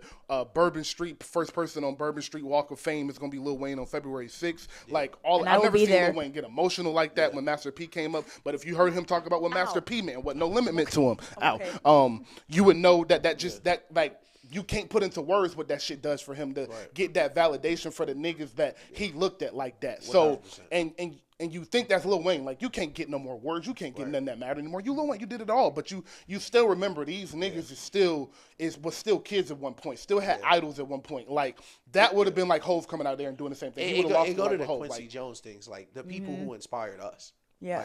Like that. Like, Lil Wayne is like inspired a generation. Somebody had to inspire him, and it's a trickle down effect. 1,000%. And I think it was just beautiful for hip hop because we talk about it up here. Like, hip hop, sometimes we really don't get those moments. Like, where you get these older acts being able to get appreciated by the people that inspired them. Like, we talk about how, like, Rolling Stones can tour at 70, like, or these roll rock bands can tour. Like, Bruce Springsteen is on tour right now. Yeah, like, performing Born in the USA still. It came out in 1987. 1980. That's crazy. So, Grace. I did not know that. Yeah, I swear. I'm not lying. I feel like he's always on tour. Yeah, he is. He is. That's what it's just talking about. Yeah. Like, white rock acts just go on tour. Yeah. And I've been saying, like, Kiss, The Lock should be able to go on tour right now. Nas should be able to go on tour right now. Yeah. Like, all of these rappers, I'm not saying they should be able to do 20,000, 15,000, but they should be able to do 2,000, 4,000 and get these arenas. But we look at old rappers as like, ew. Yeah, like, go home. But also, I think it's more like, I don't know how it is, but these rock bands, they get on stage and they still have, like, the same energy and, like, they still are in line. Yeah. Some of these rappers and old singers get on stage and, like, rely on the crowd. That's also not true. I don't know if you've seen Willie Nelson perform. Not like all of them, not all of them. But you know what I mean? Like the rock bands, like the guitarists, like because it's just built in. Like, they have to perform different. Okay. I saw a video. Like, they don't have a mic and stuff. Yeah. I don't know who it was that was performing, but like, it's just sometimes they just like get old and big, and then they just like be out of breath. They don't want to dance no more. Yeah, now, everyone can't be like Usher, obviously, Facts. But. Sometimes the people be like washed, and it's shout out to Usher for still dancing. You know who'll never be washed? Chris Brown. But with the NFS? Oh, I wish I could have been there.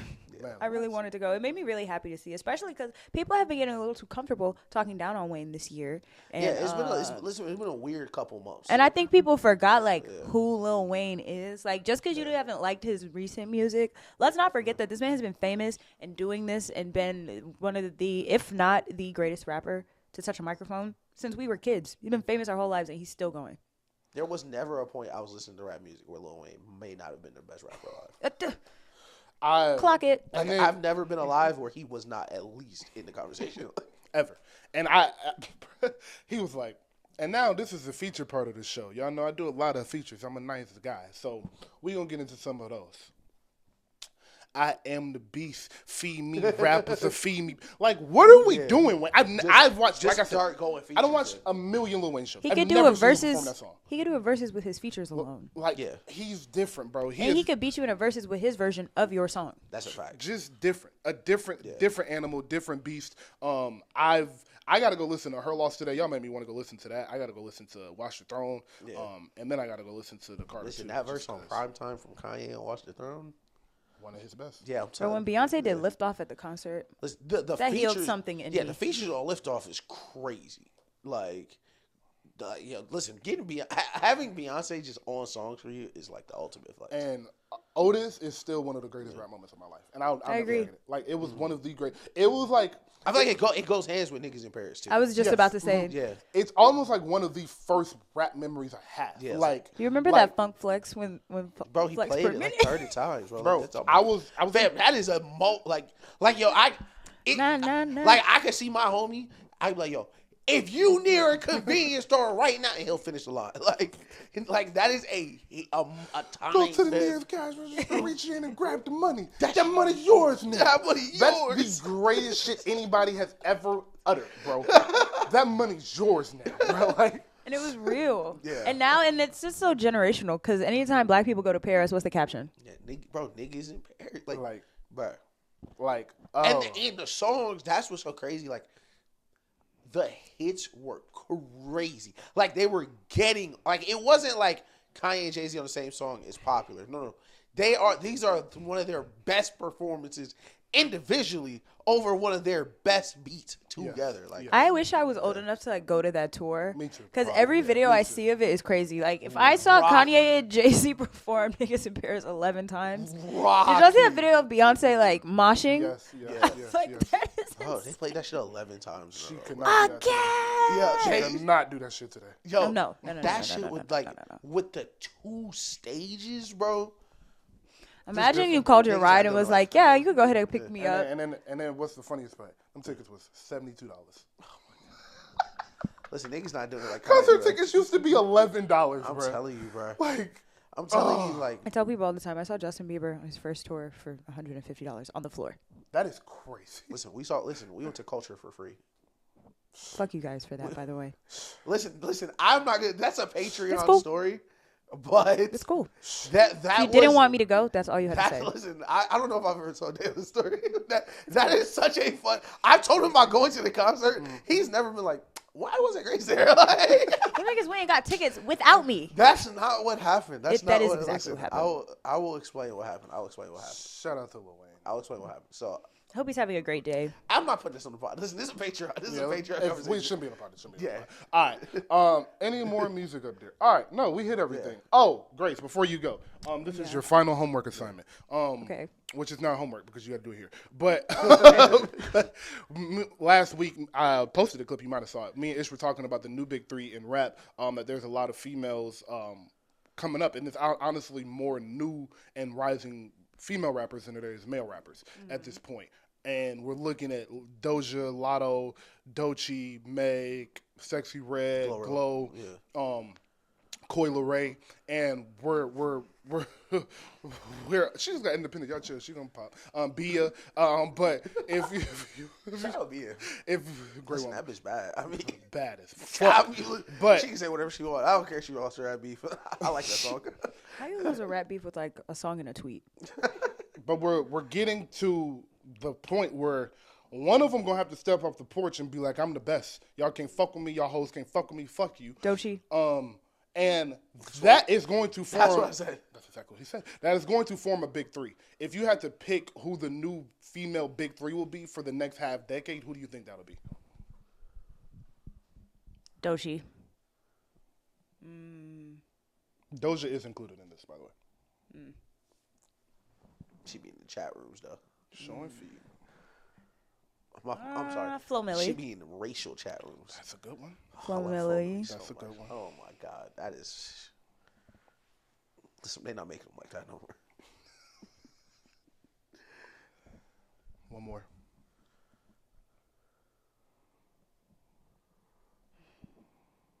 While she's thinking, Doechii's tour looks amazing. Maybe Glorilla. Glow. Yeah. Listen, Glow. I want to give it to Meg because of how good Act 2 was. I don't know if you guys heard it. Definitely. But she was rapping her ass off. So we can revisit this conversation when she keeps dropping bars and music like that. So why is Doja not in there and why is Lotto not in there? Oh, damn. I forgot about Lotto. Damn. Hold on. Shout out Lotto. Because for my reason. Well, actually, no. I think I would replace Glorilla with Lotto. I forgot about Lotto for a second. I don't know why. Had Doji, and Meg. I had Doji, and Lotto. I said Meg wasn't going to be able to stay big three, and honestly, she may end up being the most famous and the biggest celebrity out of the bunch. Easy. But I don't think that she's going to be the biggest artist and most known for her music because she's not a great artist. I think she raps really well, but I think she has a problem with making really good songs. I agree.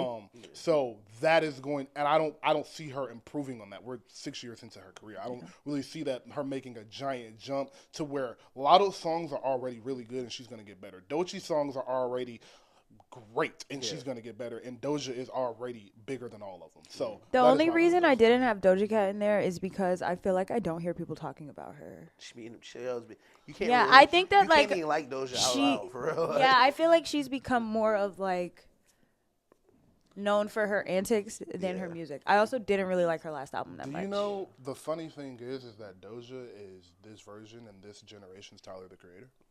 That's fair. She came out weird, came out doing a bunch of weird shit that niggas is scared of. For the first couple years of her career, niggas is gonna be scared to talk about, scared to admit they not gonna get any of the mainstream claim. And then in about 2 or 3 years, she gonna straighten up. She gonna come out and she either gonna be with a black man or she gonna be single, and she gonna do some normal shit for the culture. She gonna go to the Breakfast Club, go talk to Joe Budden, we gonna be on in, but she gonna come talk to us, and then it's gonna be like, oh, we love Doja again, and she's gonna drop 2 classics, and she's gonna be tired. I don't dislike Doja Cat, but I've never really been like, oh my god, Doja Cat just dropped, I have to go listen to it. I think she's talented and she's a great performer. But that is how that ends with Doja Cat. Me too, because she can't keep going out like this. But she will for sure be fucking Mike until she die. She not fucking him like she will be fucking. No, shout out Freddie Gibbs. Shout out Freddie Gibbs. She want Freddie Gibbs, but listen, she wasn't walking around the city with Freddie Gibbs. I'll tell you that. Yeah, I think she's insanely talented. It's just, I don't know. And I like her albums, but it's crazy. I wish she would just make pop music. She has one of my favorite pop songs of all time. Is it Kiss Me More? Say So is Say So is one of my favorite pop songs. Kiss Me More and Say So are like bops. Like Say So sounds like a song in Disney Channel, like the main character sings to become famous. I like Say So that much. I love Say So. I think it's because I heard it so much on TikTok. I think in 2020 that like every single scroll was that song, and I think it just kind of got played out for me. I think is it Agora Hills? Agora Hills. I think that's one of the best songs ever made. No, for sure. Do you know that shit is ridiculous? Yeah. That song is beautiful. Do you know that shit is ridiculous? 1000%. I listen to that song like daily. I think Planet Her was is that what it's called? Yes. I think that was an amazing album. That's the best female rap album that has come out since Pink Friday, and I will stand on that. I will stand on that. That is the best female rap album that has come out since Pink Friday. I'm trying to think. We'll be second. Invasion of Privacy. What's Invasion? Oh, that's not Cardi mad B. at that.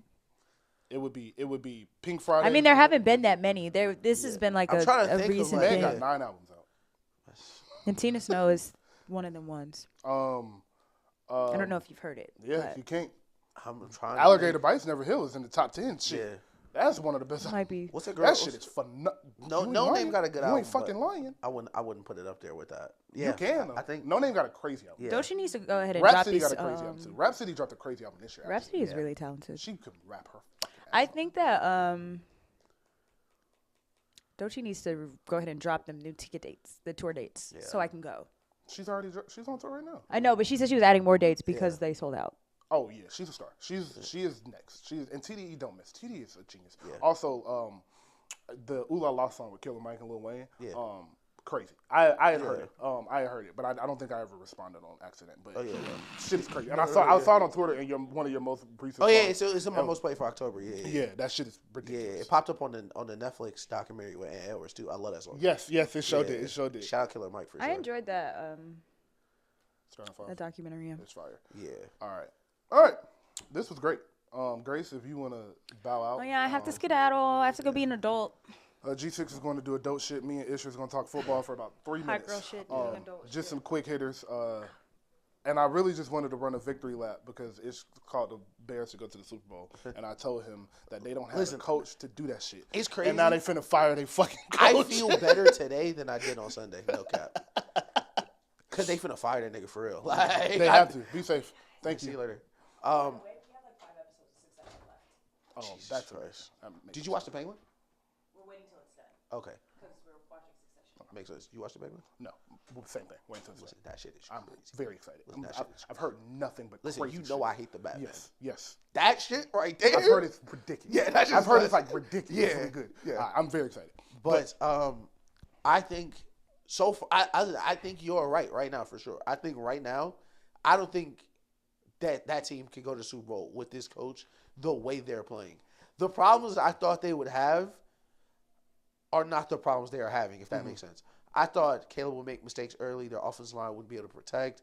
I thought the defense may not be able to stifle as many people. I thought they may have trouble, like, with Keenan Allen getting open. Like, why are we quitting in the middle of plays? Why are we not prepared? Like the level of focus. Thank you. Like, it's things going on that are like, okay, there's a difference between, oh, yeah, that coach isn't a great coach. Like, okay, he's not the best coach versus there's something wrong there. Yes. And it's something wrong. Like, and it's crazy. I love Caleb so much, but it's already frustrating. It's like, why does Caleb have to say this? Why does Caleb have to come to the press conference like, we could have did a better job moving on from the Hail Mary? Because he's 1,000% right. Why are we 3 days after the Hail Mary still talking about the Hail Mary and the repercussions from it? Like, you lost 2 games on that Hail Mary, basically. Essentially. And and that team is, I think, listen, he's done. But with that being said, I am more optimistic without him than I was watching them lose that game. You should be. I from the entire point of and again, my thing has never been with Caleb. Right. I've always thought Caleb would struggle. He's a rookie. What I didn't expect was Jaden Daniels to be this good. That nigga's tripping. Listen, shout out Jaden Daniels. And it's not a Bryce CJ situation for the y'all thinking that. No. Caleb is in a bad situation. Yeah. Their offense was doing things that was working. Yeah. And then they just stopped doing them. Literally. Like, they were making quick reads. It was quick reads, get the ball out, let DJ Moore make plays, and then they just started running streaks. It was like, we're going to run hella streaks. We're going to run 15-yard digs. We're going to make you go through 7 different progressions. Look at this, look at that. And then now they're like, all right, they running deep routes, and everybody just blitzing. Yeah. And now the line can't block. The line is not good. So Caleb running for his life. Like, they don't have a bad run game, but it's not a great run game, so you can't rely on it to take the pressure off of them. Yeah. It's just a bad situation stemming from a bad coach who they should have fired when they fired both of the coordinators. Yeah. What type of situation keeps a coach 2 years after you fired both the coordinators? There's a common denominator here. Shout out Philadelphia. But I 1,000% agree, because what I thought was, listen, if this is going to be the best defense in the league or a top 5 defense, you will escape this season. Your defense can't be looking at the stands during a Hail Mary. Like, if you're going to be, I'm not sure if you're a great coach, at least be really good at one thing. Because then I could be like, okay, this is at least what you do. Exactly. What do you do now? And I think that team is, I still think that team is good. But they have been so many head-scratching decisions, play call-wise, that I feel like it's almost unpredictable because I've never seen anything like that in the NFL. I've never seen someone hand the ball to a backup offensive lineman in a game that's close. Like, holy shit, our backup offensive lineman fumbles. He doesn't. Do you know nothing in the NFL? Nothing in the NFL makes me more mad than teams making shit harder than any. Like, I've never seen that before. Why are you handing the ball off to your backup center? Like, I've never seen that. What was the point in doing that? Like, it's crazy. Your center's not even good. So his backup got to be bad. like your center's not even great. Like the Lions got 7 all-pro offensive linemen. All right, you want to throw the ball to Penei Sewell? Cool. Your line's not even good. Like... Oh, just piss poor coaching. I actually feel bad for that roster because you don't get these chances again. And this is a really good team. Listen, this is a really good team. I wish the NFL was a little more like the WWE, where like mid-season, there's like, yo, Ben Johnson, I'll give you $15 million. I'll give you $15 million right now. And I was about to say, that was my next point, was the silver lining in Chicago is Ben Johnson is your next head coach. Yeah, Chicago is going to back up every dollar. Who do you think it is? He'll be the Patriots coach by the end of the season.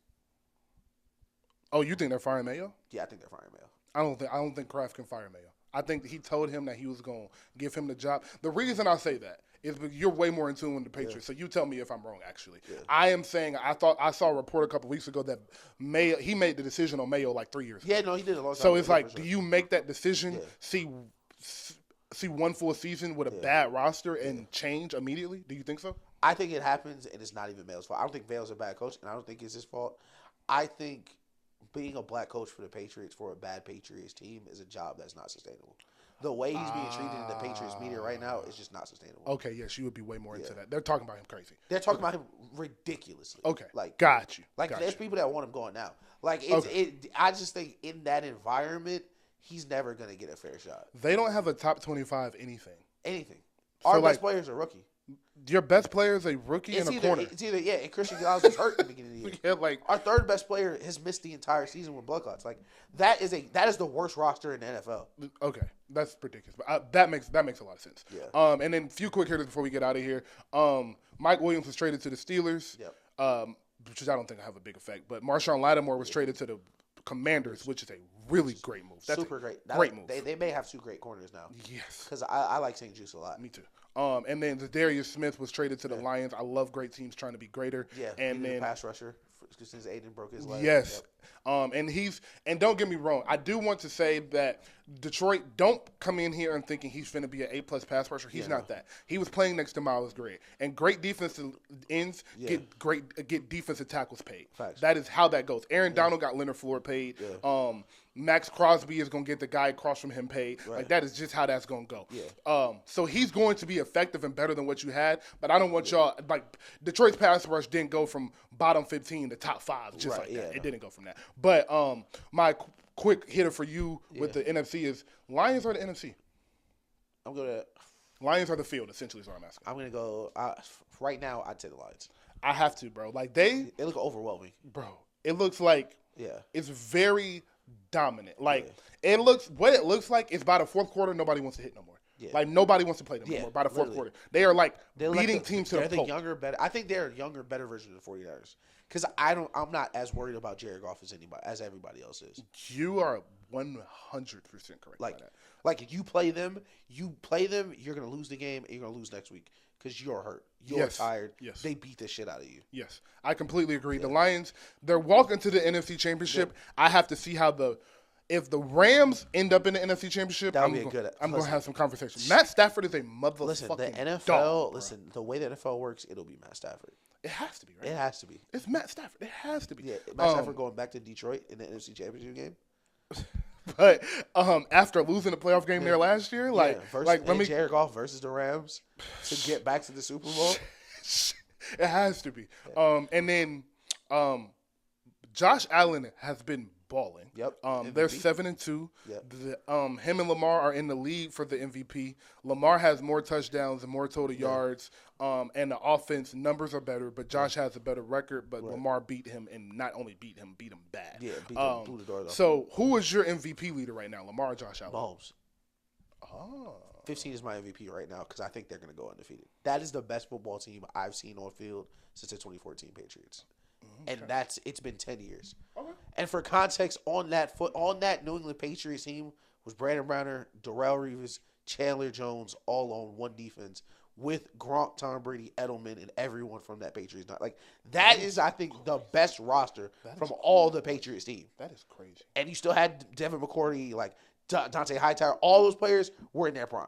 That's crazy. I think this Chiefs team is the best team I've seen on field since then. And just purely off of, it's nothing to game plan to beat them with. Okay. You can't plan to be perfect. Mm-hmm. The only teams that can seriously get on the field and think we have a chance to beat them right now is the Ravens. I don't even think the Lions should feel like that. I think the Ravens are the only team that can look across from the Chiefs and think we can beat them. We're not going to be scared. That's because they got Lamar Jackson. Yeah. If you don't have a player that is game plan like proof, who is Teflon, you're not going to beat that team because they're a better defense than your offenses. They're a better offense than your defenses, and both of their coaches are better than your coaches.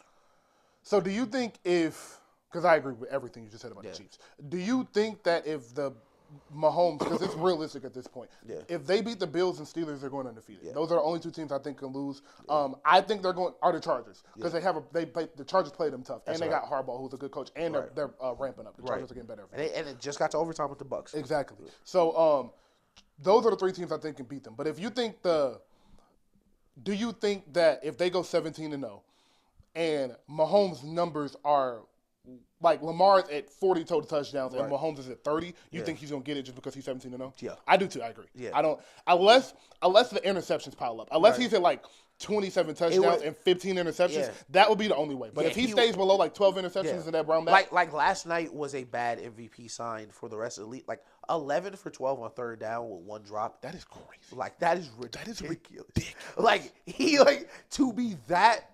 And I don't want to overstate it because I am a Patriots fan. I'm a Tom Brady fan. I think that's the GOAT. That what Patrick Mahomes is doing and has been doing for 4 or 5 years boggles the mind defensively. I wanna ask you something. And I do need to go back to work. But I want to ask you something before we get out of here. Do you think Joel Embiid just caught 3 games? That's lit. Okay. Wow. For the injury shit? For the shove. Oh, wow. Okay. So I think the Chiefs are going to lose 1 game. Do you think the Chiefs are going undefeated? I think they lose an AFC Championship game. Okay. So you think they go through the regular season? I think they're 19-0. Okay. And losing the AFC Championship game. Okay.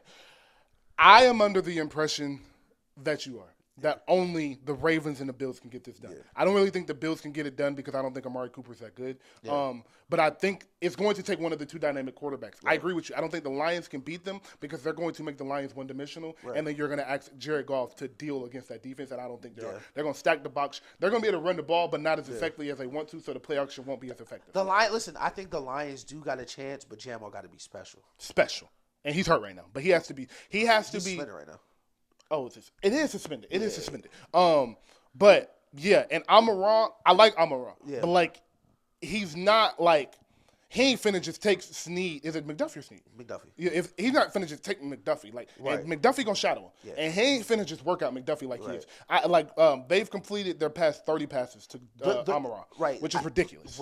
Listen, Jared Goff is tweaking right He's tweaking. The reason I say the Ravens and the reason I say the Lions would have a chance if he were to be special is, ironically, and it sounds crazy, but this is one of the best teams ever. And listen, if you're gonna beat one of the best teams ever, it's gonna take some superhero performance.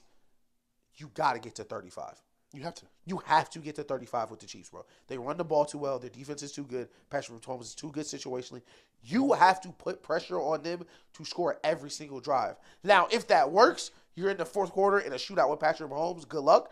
But at the same time, you are not winning a grounded out game versus them. No. The defense is too good. Steve Spagnuolo is too good, bro. Down to the possession. Like, they know how to work the clock how they need it. Yeah. So they get the ball back last every game. No. They're incredible. Fam, Tampa Bay got to the 1 and called timeout with 30 seconds left. Like, and everyone said, what are you doing? What are you doing? That was not a thing 5 years ago. Bro, like, that was not 30 a thing. seconds left in the game. What's supposed to Special ... overtime. Easy. Like, just a different guy. But yeah, I'm still rolling with the Ravens. I still think that offense is going. I agree. It's not going to be the defense. The Ravens defense don't got to get that much better. The Ravens offense is unstoppable. Right. It is going to be an unstoppable force meets an immovable object, and I think the unstoppable force of the Ravens offense wins that matchup this year. 100%. And Lamar goes on and does what he does, gets his ring top 10 quarterback ever. I do want to just point out we should start keeping track of Jaden Daniels versus the AFC. I want to see something. We should be the first people to do that. I want to start keeping track of Jaden Daniels versus the AFC for that Lamar thing, because I wonder how how true that really is going to hold for the rest of his career. And the last thing before we go, subscribe, like, comment. Thank you for watching episode 94. A conversation we prepare for next week is yes, I understand the GOAT conversation. I understand what Patrick Mahomes is doing. But what does young Tom Brady look like in his prime with Andy Reid instead of Bill Belichick? We'll get there next week. Yeah, hell yeah. That's a conversation I want to have. Facts. All right. Thank y'all for watching episode 94. Salute.